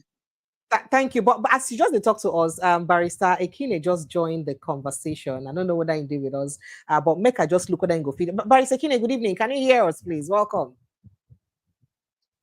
Barrister Ekine, you there? Help me check your mic. You go mute him. Your mic they muted. Help me unmute him because it didn't muted for your end. If you didn't hear me, sir, Barrister Ekine. Yes, good evening. Yes, I can hear you. I'm so sorry. I practically bamboozled you, and my apologies to our esteemed listeners and viewers. I'll put on my video, but just give me a short while to put on the video. But I just have to. Can you still contribute? Yes. All right, thank you. So let's begin with the River State case. We are currently on Natasha Akpoti's case, but let's begin with River State. Now, many reports has it that the River State governor has succumbed to the pressure of the Supreme Court judgment and Wike's team by inviting the Amaewhule-led assembly for a meeting tomorrow, 10 a.m. Could this be that he's indeed succumbing, or he's just abiding by the rule of law based on the Supreme Court judgment? Now, the Supreme Court judgment had stated that the governor refused to bring evidence, substantial evidence, to prove that Amaewhule and his team had resigned from PDP and decamped to APC. Is it that the Supreme Court is unaware of the footages or the videos where these young men, made that announcement? It was in public glare that they made the announcement that they are leaving PDP. So I'd like you to react to that as we look into the River State issue, sir. Yes, number one, it's not about succumbing. It's also not about being under pressure, but it's simply about being obedient to the decision of the Supreme Court. Being obedient to the decision of the Supreme Court, or any court in that matter, is not about being subservient to any person's, if you like, dictatorial oppression, as it were, but simply simply performing one's obligation as a civil citizen to obey the decisions of the Constitution of the Federal, the provisions of the Constitution that require that decisions of court be obeyed. That's number one. And again, this has been put very clear by the governor after the decision of the Supreme Court on Friday. The governor, in his address to the state and of course to the entire world, actually showed his willingness to comply with the decision of the Supreme Court, only waiting for the opinion of his legal team when the full judgment and the roll order would have been made available to them, and they would have studied, and then of course certainly they would give him their legal interpretation of the decision of the court. So one would imagine that that would have come up, and even when he was awaiting the judgment and the order, he was clear that this is the Supreme Court. And Precious, let's say that the Supreme Court is the final court. Yes. So the decisions of the Supreme Court as the final, whether you agree or disagree, that is to say, whether the decisions were also made by incurium, by mistake, the decisions of the Supreme Court are final. They're not quite final because they are not capable of making mistakes, or that they may not err in some way, but because the final court is final. So it is that brings me to your second aspect of the question, whether they didn't see the footages or the videos and all the that is available. The footages been there, they be no day. Just to be sure, say I don't get dementia. There was a post I made when I saw on the Blue app on Facebook all of these, all the evidence that will be required for any judge or any court, whether customary arbitration or our judicial system, to consider as direct, confessional, weighty, credible, real, all kinds of evidence in the form that is admissible for any court or any arbitrary panel to consider and say, indeed, there was a defection on the floor of the River State House of Assembly on the 11th of December 2023. Those evidence are sufficient and are valuable. You find a situation where the proceedings of a House of Assembly, which of course should be taken judicial notice of, that were conducted on the floor of the House of Assembly on the 11th of December 2023, and then the House themselves, the members of the House, inviting the media, almost all the media in this country, were valuable in that proceedings because they were grandstanding, and so they expected that that proceeding be aired live. Those footages are valuable. And again, if you also screen further, after that proceeding, there are events that were organized in River State at different places and then at different times. The All Progressives Congress welcomed them as their own and their members. That is available. The factional then self-acclaimed chairman of the All Progressives Congress, Chief Tony Okocha, made public statements accepting them as his own. And of course, he went further and gave them mandates that as members of his political party, that he was mandating them to take certain steps, whether to to raise allegation of misconduct and removal of the governor. And again, also summoning them to a meeting of the All Progressives Congress. If they don't attend, that they will discipline them as members. All of those footages are available. Then further, even when Victor Giadom, I think he's the South Vice Chairman or Deputy Chairman or so of the All Progressives Congress, he actually welcomed them as members of their political party. Beyond that, I saw again where they went to court, I think before Judge Sokoro of the Federal High Court, and swore to an affidavit on oath, where themselves, this is not about another person saying they did something and they are denying. They said they defected from the People's Democratic Party to the All Progressives Congress. It is only in a country as ours that somebody can now wake up the next day after deposing to facts on oath and say, oh, no, I was just joking. And then that, no, I didn't do that. Or what happened on the floor of a House of Assembly, which shouldn't be it wasn't a theater. It wasn't a joke. It wasn't drama. Then I come and say, no, we're not serious. We're only preparing to. It's only in this country that can fly. Elsewhere, where integrity really is measured by what you say and what you do, and not just of ordinary persons, but honorable members of a House of Assembly, a legislature, and then on the hallowed chambers of that house, and then in the valid proceedings of that house that I believe would have been gazetted, that the extracts of that proceedings are available. But so that's the country for you. But in any case, the Supreme Court justices, for whatever reason, have reached a decision. We are all bound by that decision as civil citizens, obedient to the Constitution and the decision of the court, and then having civil responsibility to enforce the Constitution, which includes decisions that the Supreme Court has reached. So for me, I said earlier, sorry, it's not about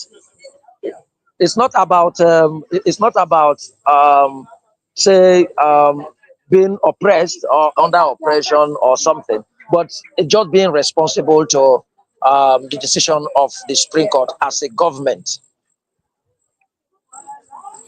So, but just to be clear, I can confirm that I've also seen those. I can confirm that I've also seen an invitation on social media that that emanates from the office of the Secretary to the Government at the instance of the Governor. Tammy Danagogo, at the instance of the Governor. I've seen that. I haven't verified, but I have no cause to doubt that. But I haven't verified. Now inviting the members of the University House of Assembly, and recall that would mean all elected members of the University House of Assembly, to a meeting with the governor. That is not out of place. The governor is the chief executive officer of the state. And then in normal circumstances and situations, they can have meetings. So, and especially in this circumstance where we have had this avoidable crisis indeed. So if the governor right now has invited them, what I think we should await is this meeting, I pray also, should really take place tomorrow morning. Let the members of the House sit with the governor, and then of course other officials of state. And that invitation carries the expected discussion in that regard. So those discussions are very crucial in giving direction as to what is happening in the state. Presentation of the budget again, looking at certain other issues, and I think probably will address other matters as well. Okay. So part of what they said they go address at that meeting, that the budget presentation, their salaries, where they venue, where they go, they do their meetings and all those. But speaking about some of the things we don't happen since these 27 lawmakers taking to power, because the Supreme Court talks, say they tell them say to resume because of say the governor no fit get any substantial evidence to prove say these people then actually defect to APC. So now waiting make them know say that them be the original or legitimate people where they inside power. And then secondly to say in the case where be saying being get against their decamping, saying we finally withdraw the case. So now one of the reasons. So since he withdraw your own case, say there is no way to prove it again. One of the questions I get and say, does this in any way stop any other case we're supposed to talk on their legitimacy where they before a lower court? Or a Supreme Court don't talk and say they be members of the House of Assembly. And so it could be forever, till the administration end. Because I know, say, it be like say some cases been there for lower courts, where suppose validate their, whether they be lawmakers based on their decamping, based on, say, existing Supreme Court judgments day for this matter already. That's not one. And well, I can let you answer that one first before I go to number two, so that I don't go carry plenty questions for nobody. Barrister, sir. arguably, in my view, it shouldn't stop any other matter that is before the court, whether it's Federal High Court, the Port Harcourt, or Federal High Court anywhere. So that means a court go fit still sit down now to talk whether they valid to be the original members of House of Assembly based on their decampment or not. A court can still sit on that. Okay. River State matters, I am getting tired of talking about them because it's so straightforward. Yet there are confusions that have been thrown into it deliberately. I don't talk these things since the Supreme Court decision on that Friday that emanated from an appeal that came from Justice Joyce Obey Abdul Malik's decision of the Federal High Court ordinarily has nothing to do with the defection of the 27 lawmakers. But I am done and tired. I can say this on and on. So if that wasn't in every simple elementary understanding of law and judicial matters, if that wasn't the issue, then it means that any other court in any other suit where that matter is the subject of that suit can go on. But people now, because the Supreme Court now, we don't know whatever intention it was that got to the point where Supreme Court said, hey, Martin Amaewhule and the other elected member, go and resume sitting. So it's really tempting to even judge it at the lower court. They will not say, oh, say the Supreme Court has decided that they should go and go. The Supreme Court didn't pronounce on the legitimacy of these members arising from the defection. The Supreme Court has not got an opportunity to review these things that I told you earlier. Because no court has actually got to review whether indeed these things happen. And if they happened and then held that amounted to defection, and if it's so held that amounted to defection, the consequence, it is until then that this happened at the lower court, and then dissatisfied parties brought it up until it gets to the Supreme Court, that in my own view, we will say the Supreme Court has given a decision that would have quietened all of these issues. But to hear an appeal that emanated from Joyce Abdul Malik's case, which for me, it's probably also deliberate by this Martin Amaewhule and his own Wike supported people and going the roundabout way instead of hitting the main case. Going roundabout way, for instance, they say, oh, the budget that the governor presented is not valid because he presented it before a House of Assembly that was not presented by Martin Amaewhule. And you now leave it at that and drop before a court. And the court finds that, oh, yes, that who presided over the House, it says no matter the right speaker, will now hold that, oh, then that budget is not valid. But don't forget that judge was not invited to look into the remote issue, the fundamental foundational issue as to the defection that probably happened later after they had filed that suit. Justice Omotosho's case that was filed on the 29th of November, which Justice Abdul Malik referred to and formed the strength of her holding her view, was instituted on the 29th of November. And it's got nothing to do with the defection. So you can see the link. And people don't want to analyze these cases in this manner. See, look at the sequence. I think one of the earliest cases, if not even the earliest, was the suit filed by Martin Amaewhule and Rivers State House of Assembly before the Federal High Court in Abuja, presided over by Justice Omotosho. Because that suit was filed, initiated on the 29th of November. It was as early as that. Because the crisis began sometime late in October. So in November, they filed that. That suit predated Justice Joyce Abdul Malik's suit. That was why Joyce Abdul Malik, when he was delivering his judgment, he made reference to Justice Omotosho's suit. Because that one day before your own. Yes. So if Justice Omotosho's suit lays the foundation for even how Justice Abdul Malik also arrived at the decision that the appropriation bill 2024 was not valid, and so the federal government should not give Rivers State their legitimate and due money, and laid foundation on Justice Omotosho's case. And that means if Justice Omotosho's case didn't address the issue of defection, then there is no way Justice Abdul Malik's case will address the issue of defection. Then there is no way that this matters getting to Supreme Court would have addressed the issue of defection. It's common sense.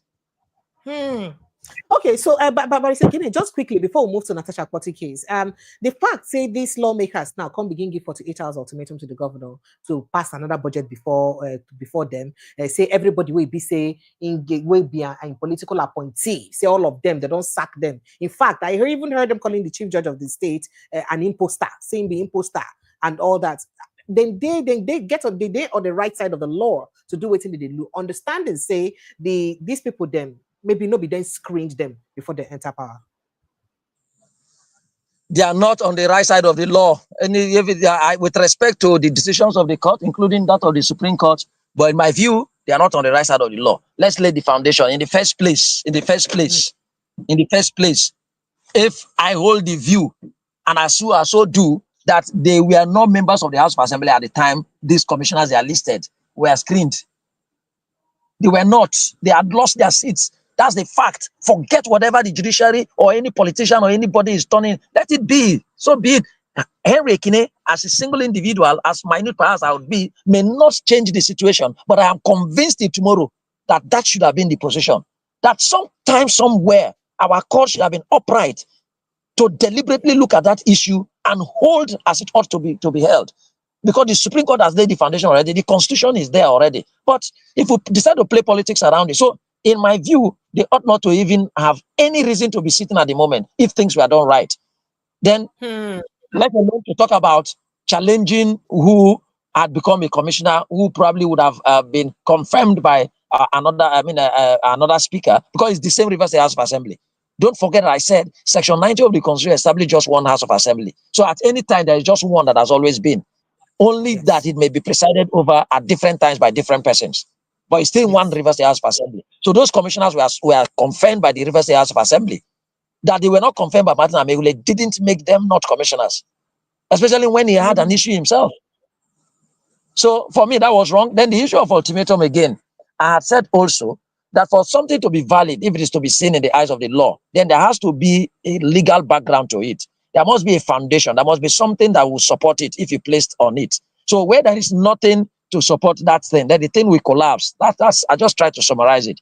Meaning that I am not sure that I found in anywhere that there is any law that empowers the House of Assembly to so mandate a governor of any of the states, whether it is 24 hours or 48 hours or even a month or at any time, to come lay before the House of Assembly the appropriation bill, because the Constitution did not vest such power to any House of Assembly. The Constitution rather vests exclusive power on the governor of a state to cause to be prepared and laid before a House of Assembly an appropriation bill for the next financial year. That's the clear provision of the Constitution.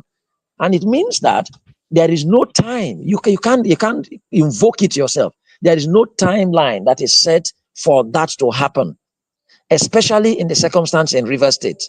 Because some may argue that looking at Section 121 of the Constitution, that it will seem as if there was a timeline. That is, that an appropriation bill should be laid, right, before the commencement of the next financial year. Before the commencement of the next financial year. That's the general background. That's the general rule, general provision of the general background. Then the question to be asked, did the Rivers State governor lay an appropriation bill before the Rivers State House of Assembly at a time before the commencement of the current financial year? The answer is yes. It is just that the Martin Amaewhule and the supporters were challenging that the validity of that presentation. And now there is the 2025 appropriation law already. Yes, agreed that by the decision of the Supreme Court, that law has been invalidated. So it's become imperative that the executive should prepare another bill and lay before the House of Assembly. And let me say something that is very instructive here. That decision was on a Friday. Then Martin Amaewhule and his colleagues were issuing that ultimatum on a Monday. As in how, if we're serious? If we're serious, how? On a Friday, and the Supreme Court didn't even give any order as to when that representation should be done. Because the judges of the Supreme Court would have been aware that that is within the exclusive preserve of the governor, but that they have mandated him to do it. But the time to do it would have been within his exclusive preserve. Even if it is not, should be within reasonable time. And in law, most of the measures of things are considered on the ground of a reasonable man's test. What is reasonable? Was Martin Amaewhule's ultimatum only after the weekend, Saturday and Sunday on Monday? Was it a reasonable ultimatum? Has it given a reasonable time? Oh dear, I feel like your network don't go bad. So it don't give reasonable time to represent a whole budget again. I should say that the kind of questions the way be say you won't ask with that one. But Prince Francis Chilaka, you don't hear all the things that Barry Sekine they talk. You will like say network don't put him out. Barry Sekine, I don't know if you can still hear me. Can you hear me, Barry Sekine? All right, so until we'll get him join us back. Would you like to touch on any of the things that he said so far? You listen keenly to the things he said. No, but there is nothing he has said that is new. He has said what every reasonable Nigerian is saying. Like, we don't understand where the judges of the Supreme Court live. Maybe they are not in Nigeria. Maybe they live in the moon. You know, and it brings to question the kind of judgments the Supreme Court gives. I recall when number 4 became number 1 in Imo State, the Supreme Court counted votes, took over the responsibility of INEC, and awarded votes. And, you know, people didn't see anything wrong with it. And then at the end of the day, we were told that the Constitution empowers the Supreme Court to do that. And that's why I'm saying that when you have a body that cannot be checkmated, absolute power corrupts absolutely. That is what I see. Thank you. I don't know, Barisekine, can you hear me? Have you rejoined? Is the network okay now? Barisekine, sir, kindly unmute yourself if you can hear me. Can you hear me, sir? Please help me unmute yourself if you can hear me, because you're muted from your end.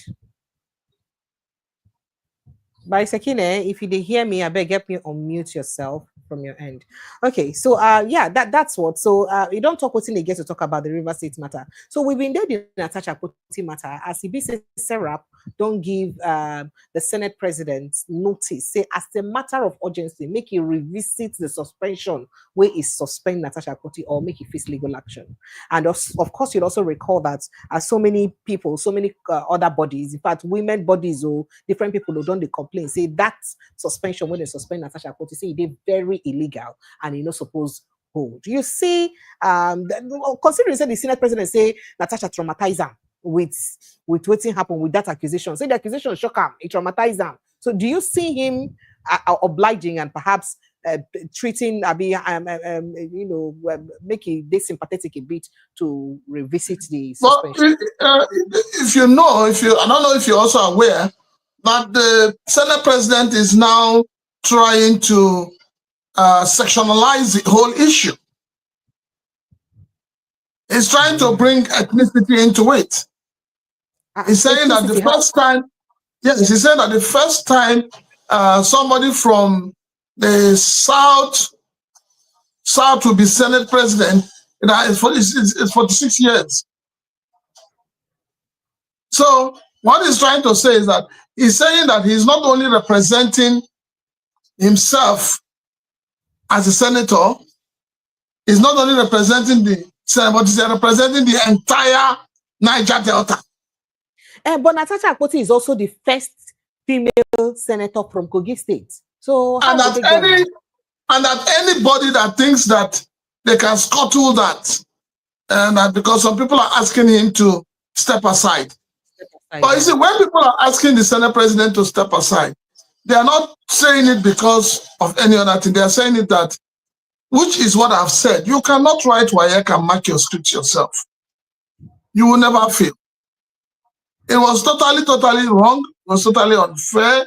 It was uncalled for that the Senate President will sit to adjudicate over his own case. But I think what the Senate President is also saying is the fact that the case had nothing to do with the issue of sexual harassment. What he's saying is that Natasha has been suspended because she did not obey the Senate rules. And then I'm asking, the reason she did not obey Senate rules was because he's been harassing her, and that those rules. Yes, I'm coming to that. Okay, sir. Yes. Okay, sir. I'm saying that if the Senate has such rules, stringent rules, how come the rule does not include punishing and investigating senators who have been allegedly accused of embezzling funds? You know, say senators that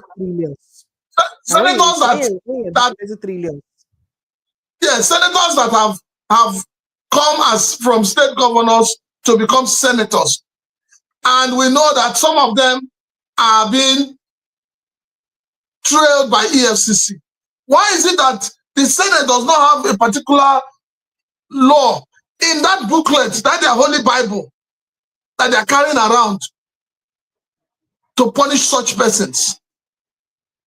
Why is it that that book they carry around and they call their rules does not also punish senators who come to the chambers to sleep?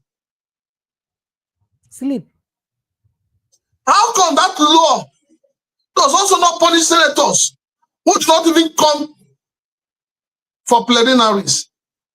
So it means that some people, they go there, go sleep. We have seen them, we've seen their pictures, we've seen their videos.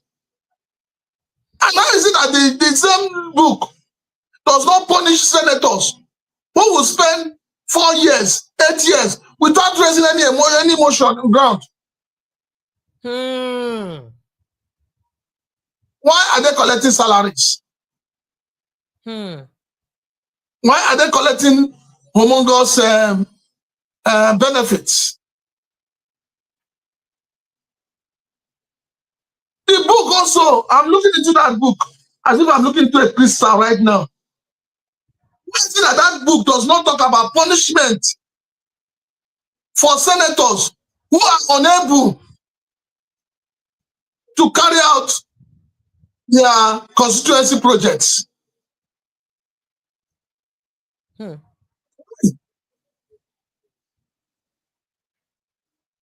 the only important thing in that book is sitting arrangement and how you must obey. And you must raise up your hand to ask questions and be answered. So, Prince Francis, I could go to inside the matter. Now, Nether Imaswen will be the chief of the Senate Committee on Ethics, will be say recommend the suspension of Natasha Akpoti, and we hear say they don't strip him off in bar license for New York since over allegations of multi-million-dollar fraud and gross misconduct. Say since now they don't come out in bar license for in hand since because of say he been there involved for some multi-million-dollar fraud matter. Now, a document obtained by some news outlets, People's Gazette precisely, say Mr. Imaswen had been debarred for life in New York. That means he's originally not a lawyer again in New York after he swindled his clients, absconding with representation fees without making an appearance for her in courts. Say, in swindle in clients, collect in money, Otilo, run, without even representing her 1 minute. Nigerians, I don't know why they go dig out this matter at this time. Now, the Gazette spoke with a court officer who said Mr. Imaswen was permanently disbarred after collecting money from a client and failing to represent her. He also refused to comply with the disciplinary panel's attempts to investigate his misconduct. One Daphne Sheffields hired Mr. Imaswen to represent her in a matter in 2009 and paid him tens of millions of dollars. Now she paid him for legal fees. Instead of appearing for Miss Sheffield, Mr. Imaswen absconded, carried the money, run. A move that triggered a kind of morals of petitions, given that his actions contravened existing New York bar code and rules. Now, despite being served with petitions on multiple occasions in the US, Mr. Imaswen failed to respond to any of the petitions and did not ask for any extension of time to file a response. So, bottom line, the man, he get a problem, legal problem for the United States. So he can't even be a lawyer. Why did they laugh, sir? Why did they laugh? Now, the ethics, that is person was sit down for ethics and committee where they recommend 6 months for a human being because of say he failed some rules. That same person, well, Barry Sekine don't join us back. We can go look whether he could be here with us. Barry Sekine, you're here with us. Let's see. Barry Sekine, can you hear us? Yes, I can. Please, let's have yes, you I can hear jumping you. on I can this hear case you. of yes, if we can have you jumping on this case of Natasha Akpoti. So many senior advocates of Nigeria, so many people don't come out and talk, say it is wrong for the Senate, especially the Senate Committee on Ethics and Privileges, to sit down for the matter, considering, say, she will not carry court order to come, say, we're supposed to stop them from sitting. But others, they talk, say, the court order not supposed to stop Senate from doing a work. But people, they talk, say, not the Senate, the court order, they stop. Now, the committee, we're supposed to sit down and the court order they stop. So do you think that Natasha's the punishment they met us on her for not obeying her sitting position, is they okay? Is they in accordance to the law, or maybe just they a bit too punitive and maliciously done? Well, apart from the provision of the Constitution, Section 4 of it, that deals with legislative powers, where the Senate was established, you have the Constitution empowering the leadership of the Senate or the Senate itself to make standing orders to regulate their activities. Okay? Go ahead, sir. Yes, to regulate their activities. Activities, But yes, such standing orders and any law of this country cannot override the provisions of the Constitution, especially when it comes to citizens expressing their rights or actions of others that are likely to violate their rights or that have violated their rights or are capable of violating their rights or are being their rights being violated. Now, why I stretch this? Many seem not to understand the whole concept around Natasha's issue with Akpabio, the Senate president. Okay. And then the consequence, the elaborate and expanded consequence of all of the issues surrounding it. For me, so as someone who modestly, without any intention to be proud here, I've done a work on the enforcement of women's rights in Africa, the constraints to the enforcement of women's rights in Africa. And then what is happening to Natasha and what has happened to even Kingibe. And just to put it in context, the mere representation of just 4 persons in a Senate of 109 is a fundamental question that pertains to women's rights. It is less than 1%. It's a fundamental. And some persons, some of your listeners and viewers will think that this person is deviating, right?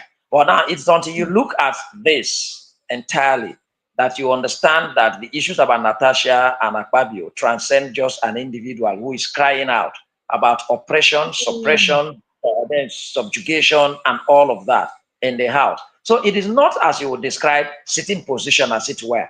So the privilege committee of the Senate will now say, oh, they told you to sit in a sitting position. But they will not consider the other aspect of the senator talking about her rights. And then also saying that she is being treated like less of a senator, which has to do with, yes, and she believes and she's convinced that it's because she's a woman. So a lot of components, a lot of issues. If you are in law, when a scenario is given to you, you study that scenario and identify the legal issues. You can identify them. So the entire context about Natasha, I experienced harassment allegation, the oppression and suppression in the Senate, why sometimes she would want to talk and they would not want her to talk. She's been denied certain privileges, and then now compelling her to sit at a place where she will be most or more or less extinct or subjugated to a corner. She has raised this, not just merely not liking a seat. I don't like this seat, say give me the other seat. This one is black, give me a white seat. This one is green, give me. But they are fundamental background issues. So having laid this foundation, for me, having looked at this in this way, I think that the Senate Committee on Privileges ought not to even hear this. Not any committee in the Senate. I had said this in my other outings. I believe also with you that I prescribe an independent, if you like, commission of inquiry, because it is so serious that we are talking about the number 3 citizen of this country and his alleged conduct and character and behavior. This is a figure in this country that heads one of the organs of government, the head of the National Assembly, the chairman of the National Assembly, just as Mr. President heads the executive. Even if we see the president as if he's the number 1 citizen, but he heads an arm of government. He doesn't head the other 2. So when you turn return to the legislature, which is even the bedrock of democracy, and then establish under Section 4 of the Constitution, like I said, then you will imagine the position and the role of the Senate president in a country. Elsewhere, we would have been talking about somebody who would have resigned. Elsewhere, we would have been talking about somebody who would have resigned out of his honor and integrity. Whether founded or not, how would I be? How did it happen? Because if there were no links, I'm not sure that anybody would have even alleged, especially when the lady has given real factual issues or phone calls. What would the Senate president be calling Natasha at midnight? Even when this had happened. And she said when she was sleeping with her husband and he was calling, and she even recorded, she had to wake the husband up. When he realized that it was the husband, he turned the call and called the husband up. What was it for? What? But a country as ours, nobody would want to ask those questions. We trivialize it to the issue of not wanting to sit on a particular seat that they ask her not to sit. There are more issues more fundamental than that. Then, so you cannot be a judge in your own cause. All those committees were set up and composed by the Senate president. So the Committee on Privileges and all of that should be issues that are probably minor amongst them, not this fundamental issue that now has become a national issue that we are debating, if not even a global issue when it comes to women mainstreaming and women's rights issues. So for me, with the Nigerian state, we should have, even Nigerians, even civil society organizations, should insist that this Fabio's issue should be thoroughly investigated, dispassionately investigated outside of the Senate. What do you expect of a privileges committee of the Senate that is almost on the apron fringe of Mr. President of the Senate? There he says he's investigating and it's funny. It's funny. Elsewhere, we would have been talking about where Mr. Senate President would have addressed the country and resigned to maintain his integrity and personal convictions. But you don't care. You don't even. And again, I am not really concluding that Akpabio is culpable in all of these allegations. But you know what? Elsewhere, again, in another part of the world, they were like, even in crime in this country, sometimes if the police arrest you, that's why you have criminal records. Why is it so? It is to examine and imagine what you are being alleged. This man, he don't commit offense before. What has been his character? What has this kind of behavior been linked to him before? But we are talking about somebody. Is it yesterday or John Nune? You know what I did for him? What I don't do before. He talks saying go so to say yes, Senate I hear them say Senate President say go so join Nune. When now today John Nune thing happen, why he never sue us since? Maybe now he wants to answer. Now he wants to because Natasha say let me just Yes, interestingly, I just found out something that is shocking. This Ethics and Privileges Committee is made up of 19 members. Okay. Out of that 19, 17 of them are men. Only 2 of them are women. And Nnamdi is a member of this committee. Yes. It's shocking. It's shocking. What do you expect of it? It is shocking. Honestly, I do not believe that Nnamdi that I personally know will sit in a committee where another woman is trashed like a piece of tissue paper. And this is the Kingibe yesterday that we all cried out and defended against the Minister of the FCT. Exactly. And she was crying out, her basis for crying out was that because she's a woman.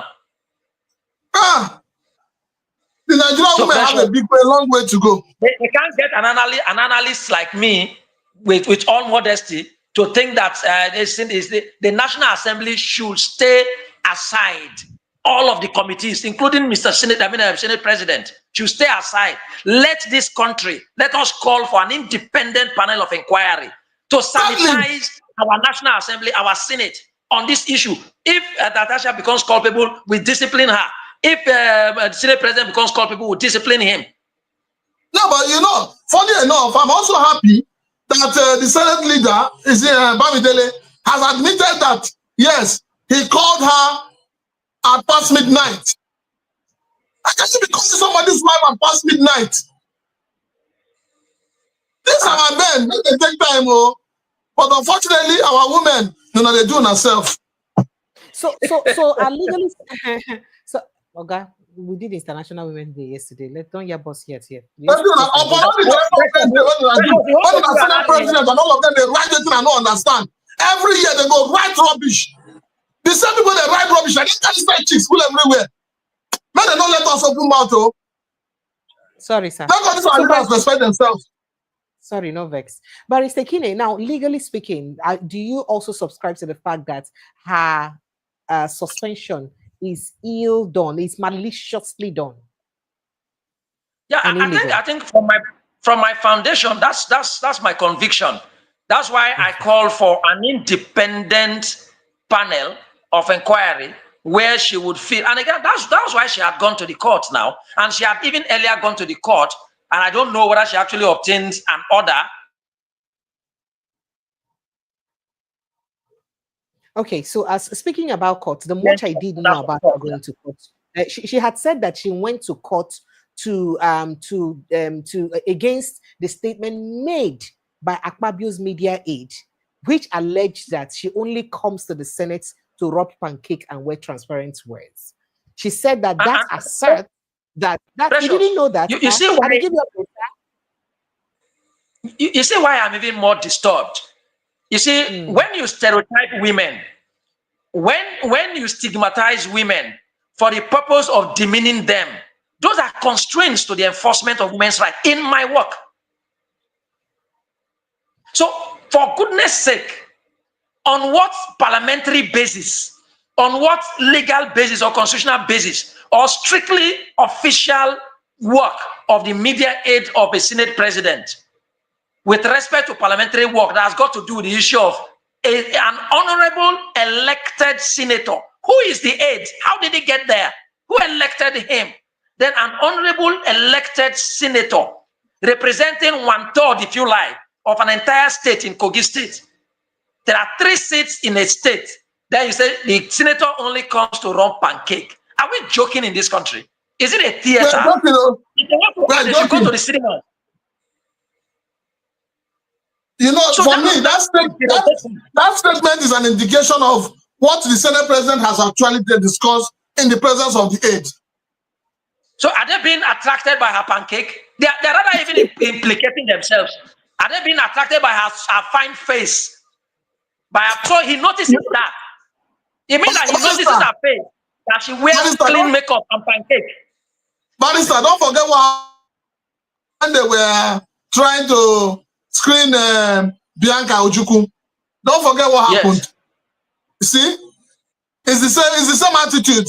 You have a Senate president who talks the way he wants. He doesn't care. After talking, he will not tell you that, oh, I didn't mean it this way. I meant it the other way. We're in trouble. Right.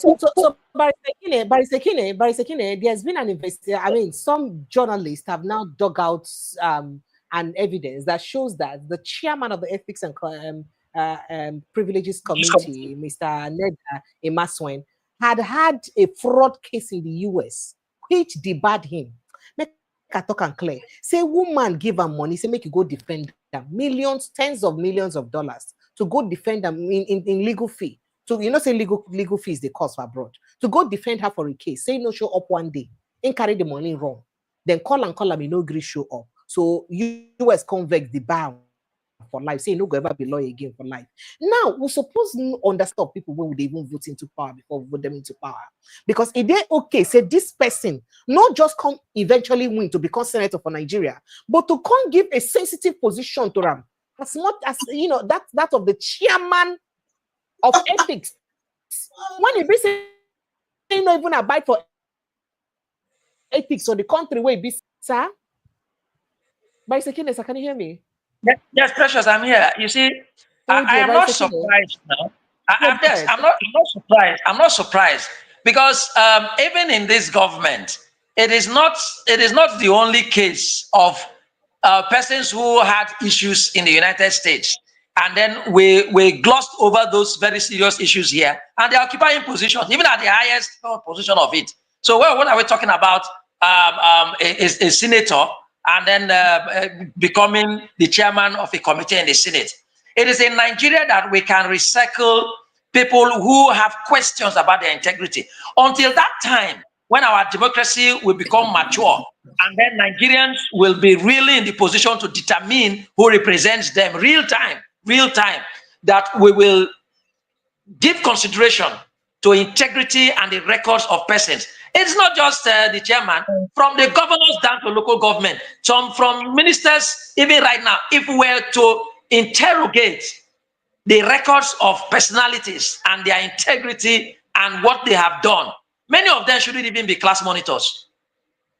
Hell. So it's unfortunate. But again, I enjoin the media and journalists to carry out such investigations. Even in the Nigerian leadership and Nigerian states, don't do anything with those reports. They are fundamental reports for us, for commentary and for analysis.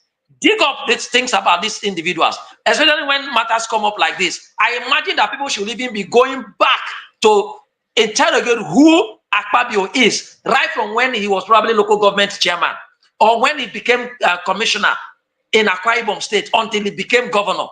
Then you now link him, that's how it's done elsewhere, link him to this kind of allegation and get 1, 2, 3, 4 cases, and then there will be a reasonable imputation that, oh, let us investigate. That is how investigation is done. As a lawyer, I have had cause to interrogate during cross-examination certain police officers or even other security agents who come to court to testify. Do you know what, Precious?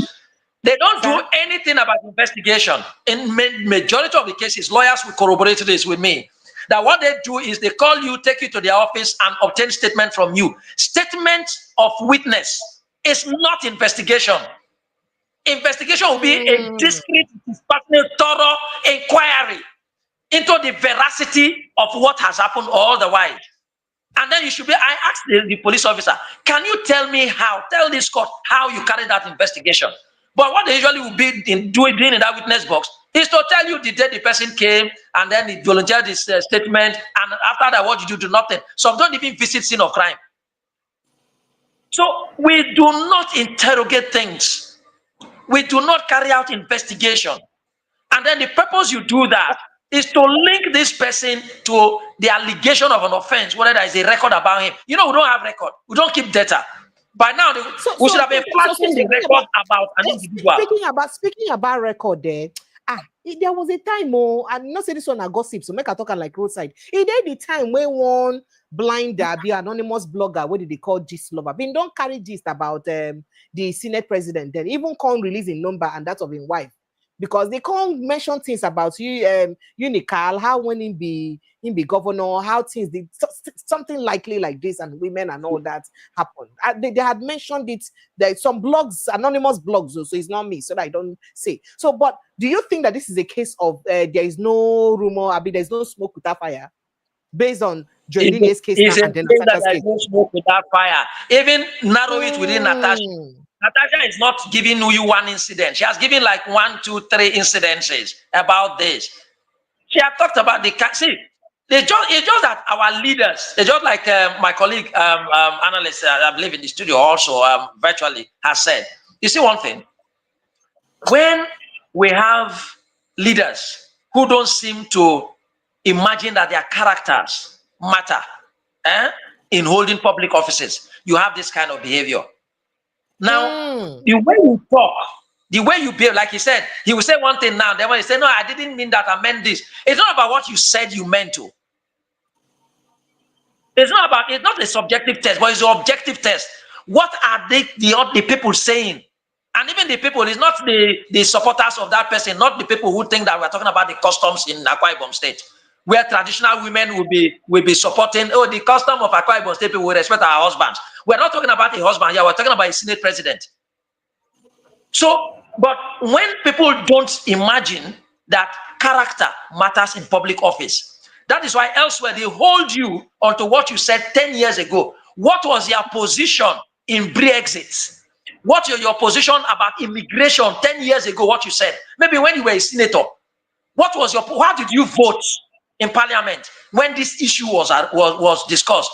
And then today you want to come and be prime minister, or you want to come and be president. But they will remind you that this was your position with respect to immigration when you were a senator representing XYZ state.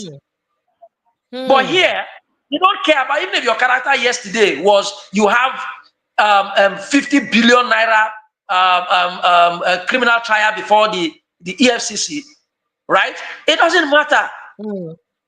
Just probably because the EFCC was unable to prosecute that matter diligently, or there was a compromise and then you were not convicted. You are a saint, you can be our president. You can be a Senate president. The question is, if you were not connected to that at all, how would you have been alleged? That is not to say that as a lawyer, I'm saying that once there's an allegation, it establishes a case. But the point I'm making is that, yes, there's the presumption of innocence, but that presumption of innocence does not end to exonerate the person. It is that to hold you in view, if you like, you are hibernating between prison and being innocent. Then there will be thorough investigation and then prosecution. Thank you. Thank you so much. Thank you so much, Raisekine. I've been on the fine person will go help me, put better perspective to this conversation. By the way, some kind foreign news media, they carry different headline way, get a CB. So should Nigerians be worried about how the media the international perception of this story? Because media houses like Al Jazeera, for instance, carry the matter, say Nigerian Senate suspends senator who made sexual harassment claim.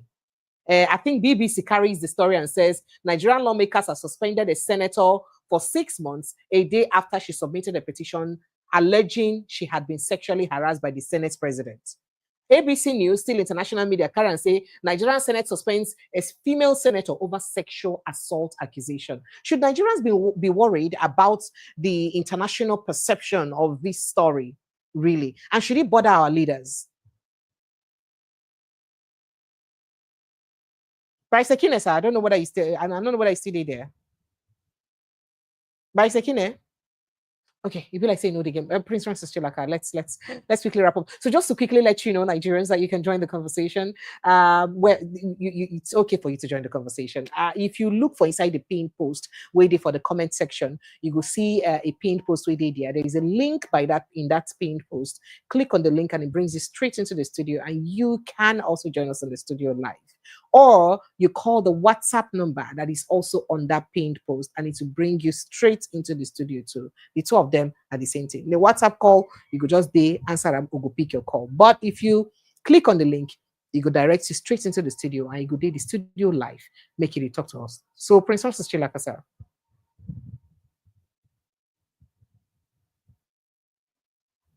The funny thing, no problem. The funny thing is, I'm surprised and I'm shocked, that we're talking of ethics, and we all know the meaning of ethics. In other words, the person that we should give the responsibility to manage the ethics of the National Assembly should be somebody above board, should be somebody that does not have a questionable character.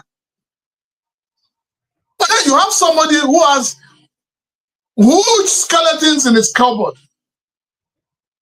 such that he has been disbarred in the United States as far back as 2010. 2010. Yet he is the man that we are giving the responsibility of handling ethics in our National Assembly. Precious, do you see how our leaders are the ones demarketing this country? Are you saying that in the whole National Assembly, you do not have somebody that has honor and proven integrity to give such a position? You see, it's always said that if you want to live your quiet life, don't join politics. You don't join politics in Nigeria. Every sin you have committed, even if the party will forgive you your sins, people will bring it out.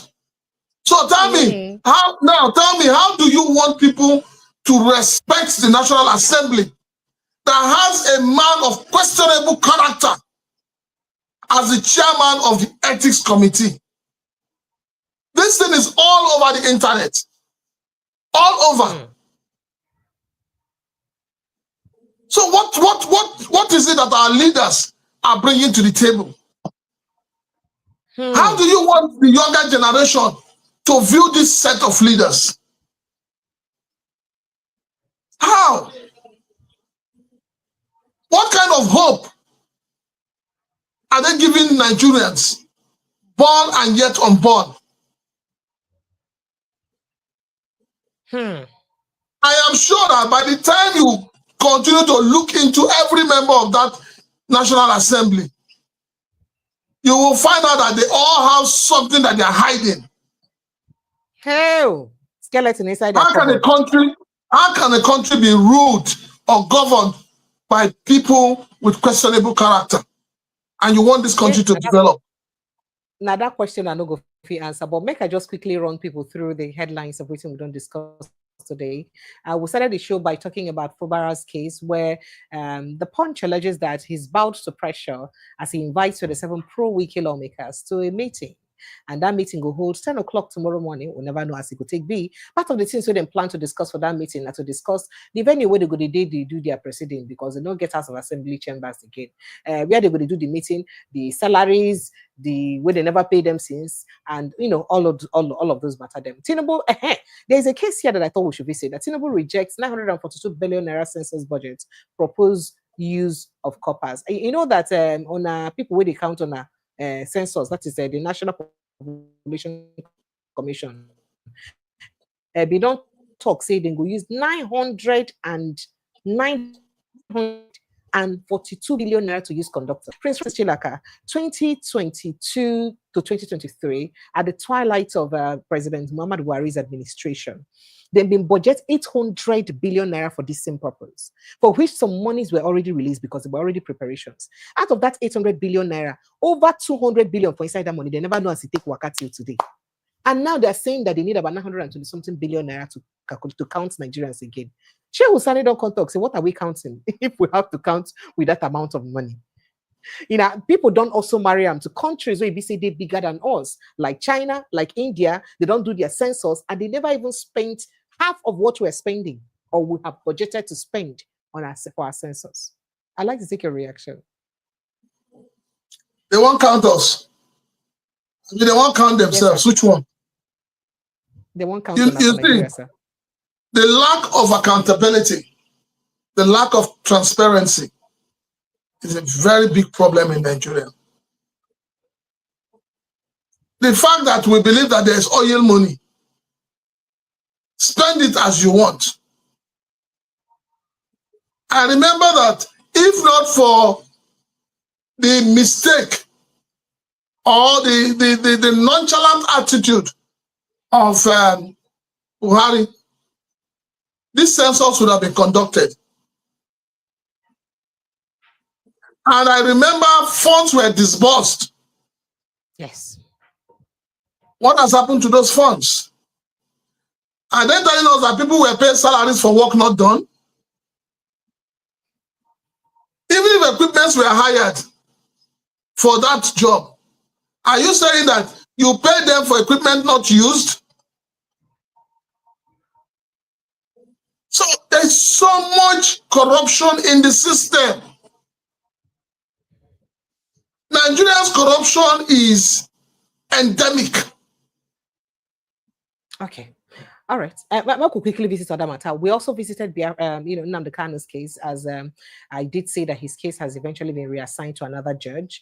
And then we broke down the Supreme Court judgment in Rivers State that restores Amaewhule-led assembly based on the Supreme Court's interpretation. We got to the 1966 coup as Youth Council demands $10 trillion compensation for Igbos generally, for all Igbos, and then the planned protest in Abuja, all Southeast states and Lagos to protest the false accusation of Igbos on the 1966 coup. IBB solely responsible for the June 12 annulment, Abacha's family declares. We also told you that Army arrests 29 oil thieves, recovers over 212,000 liters of stolen products. We do hope that they won't burn them, because now always waiting they happen. Gunmen kill Miyetti Allah chairman in Kwara. Police vow to arrest perpetrators. But in Ondo State, we also told you that bandits abduct farm owner manager demand 100 million naira ransom. I did tell you that the Afenifere leader that was arrested had said that he was that was kidnapped. Says talk I'm saying a Fulani headsman kidnap him. IPOB once against mismanagement of 250 billion naira Southeast Development Fund. We also said that rescind unlawful suspension of Natasha Akpoti or face legal action. Sarah wants Akpabio. And of course, the news making the round now is that Neda Imaswen, Nigerian Senate ethics chairman, who suspended Natasha Akpoti, barred for life in New York for fraud, gross misconduct. Say he carry person money, utilo, come back again. Let's take some reactions from Nigerians very quickly as we wrap up the show. We'll also wait for you to call in on the show, by the way. So, Mazi Prince says, good morning from the Golden State of California. Thank you so much. I appreciate you. And yeah, good morning, Prince. Good morning, Prince. They're greeting you. Prince. I greet you, Mark. Lost in Amadi says the likes of Barrister Asim are the problem of Nigeria. Charge can Barrister Asim be charged and be lawyer. Now what's happening? You they carry grudges. What's happened since Friday? Now you carry today. You know here don't sleep over your anger. You carry the anger for mine says. You one of Oyi Afole says, good evening, Auntie Precious, Prince, Madam Precious, Princess Chilaka. Good day. He said, good day to us watching and following this program. Thank you, and good day to you guys. See, and I know I love Onana. You guys know I love you, silly, yeah. Okay, Lawson Amadi says, Fubara is a baby politician. Imagine giving governor 48 hours. If it's Wike, the 27 lawmakers can't near River State, and he might have demolished their houses, not even just the assembly. He might have okay. Jessica, what exactly who vex you? You say you're talking out of sheer ignorance. Really? Please talk sense to us. Let's hear the sense now. Okay. Amayo Charles says, are their names in APC books or have PDP come out to their names have been removed in PDP books? But you forgot that the PDP governor has also come out to say that they should, and the PDP chairman has said that they should, reconduct elections for those constituents. I mean, and he says, talk of peace and not this talk of defection anymore. That's what you said. Okay. Oye one over you says, you don't forget, say, Nigerian judges was not able to pass a small test in Hague. He was sent back to Nigeria. Oh, no, they remind us that matter. You don't say where that one happened, eh? Okay. That was during Muhammad Buhari's administration, right? That was during early stage of Buhari's administration. Amaya says, I can't waste my oh, please, give me a break. Oh, please, you don't insult someone's handwork. Onyeka says, Nigeria will hail thee. Oyi says, Charles, you are broke. Go and find a good job. Oh, sorry. Make I live on a bus for each other. But let's go to other issues, other messages. One called Cyril Obiora says, change your caption. No, I won't change the caption. I won't change the caption. Change your caption. It's obeying Supreme Court judgment, not buying to pressure. I won't change the caption. That caption is exactly how Punch captured it. I mean, we're journalists, yeah? But he says, DK1 caught chain, and most of us supported him only in Nigeria. Or now what? Onani. I can't get that. I don't know that French you wrote there though, but thank you. I said before now off the mic, today now off the light, Abby. Okay. I think you were referring to what happened before the well in court. Kenneth Ostapita says, good evening, Madam Precious and Prince Chilaka. Thank you so much. Appreciate you. AOO says this one just they make mouth. Who they make mouth? It's the way you people shall just talk to people you don't know. Anyhow. Anin Dube Emmanuel says one of the people that took Sim to hell. Who took Sim to hell?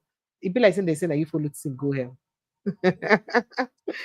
Okay, Obi Igwe says Senator Azuta Mbata, current Ohanese President General, brought Wike into politics. Wike was his assistant before he was local government chairman under Sapita Odile. That's what he said. And Uche GT says, these nonsense is to bring more problem, not insulting anybody. Close your mouth. Okay. Fubara's efforts to hold a peace meeting with 27 lawmakers will bring peace to River State people. But Wike might mislead the lawmaker and the peace meeting may not succeed. Did you get that position? Do you believe in that position? Let's go back. Let me finish the messages. I'll take your reaction. Obina Elon says, Charles, listen, IPOB is always doing the right thing. When they fight their politicians, they fed. And the federal government sends their Boko Haram soldiers to come and defend them. Are you not in Nigeria? That's the question you asked Charles. And Boniface Okeze says, this old man, stop insulting an Igbo race. If you don't know what to say, keep quiet. Precious, mind the people you bring to your studio. Sorry, I had to take that message. It was an error. Osa says, happy, I hope say they go born, they no go born the fear because they sabi born anything with it. Say not to born 9 days sabi. That's what you said. Okay. Taking quite a couple of your reactions here. I appreciate you guys. Thank you so much. The messages are, quite a number of it. Prince Francis Chilaka, your parting shots and reactions to the messages as we wrap up, sir. Well, let me start with the last message that I was talking about the Igbo race. Sometimes some of us think we are more Igbo than others. And that is why we are where we are. That is why we are lacking development, because we do not open our mouths to ask for accountability from our leaders. We close our mouths. We believe that whatever they are doing is okay. And we believe that the only problem we have in Igbo land is the federal government. It is not. The federal government has its own share of the problem. But our governors and our leaders and our elders and our elders, they have a more bigger problem. They are the ones that are causing more problems. And until the Igbo people begin to think as if there is no box, they will continue to suffer the same way. You can't, somebody's asking for how many trillions. You have not even talked about whether the federal government has accepted what IBB said or not. Nobody's asking that question. So we should first of all address that issue. Has the federal government come to terms with what IBB said? That's the first thing we need to look out for. And if it is so, we'll now begin to ask, how do you reintegrate the Igbos into the mainstream of Nigerian politics? For me, it is not about the money. It's about reintegration and giving honor to whom honor is due, and respecting the Igbo man as a full-fledged Nigerian. And finally, I am happy that, like I said, I'm happy that Fubara has reached out to all the honorable members of the state. I hope that they will meet.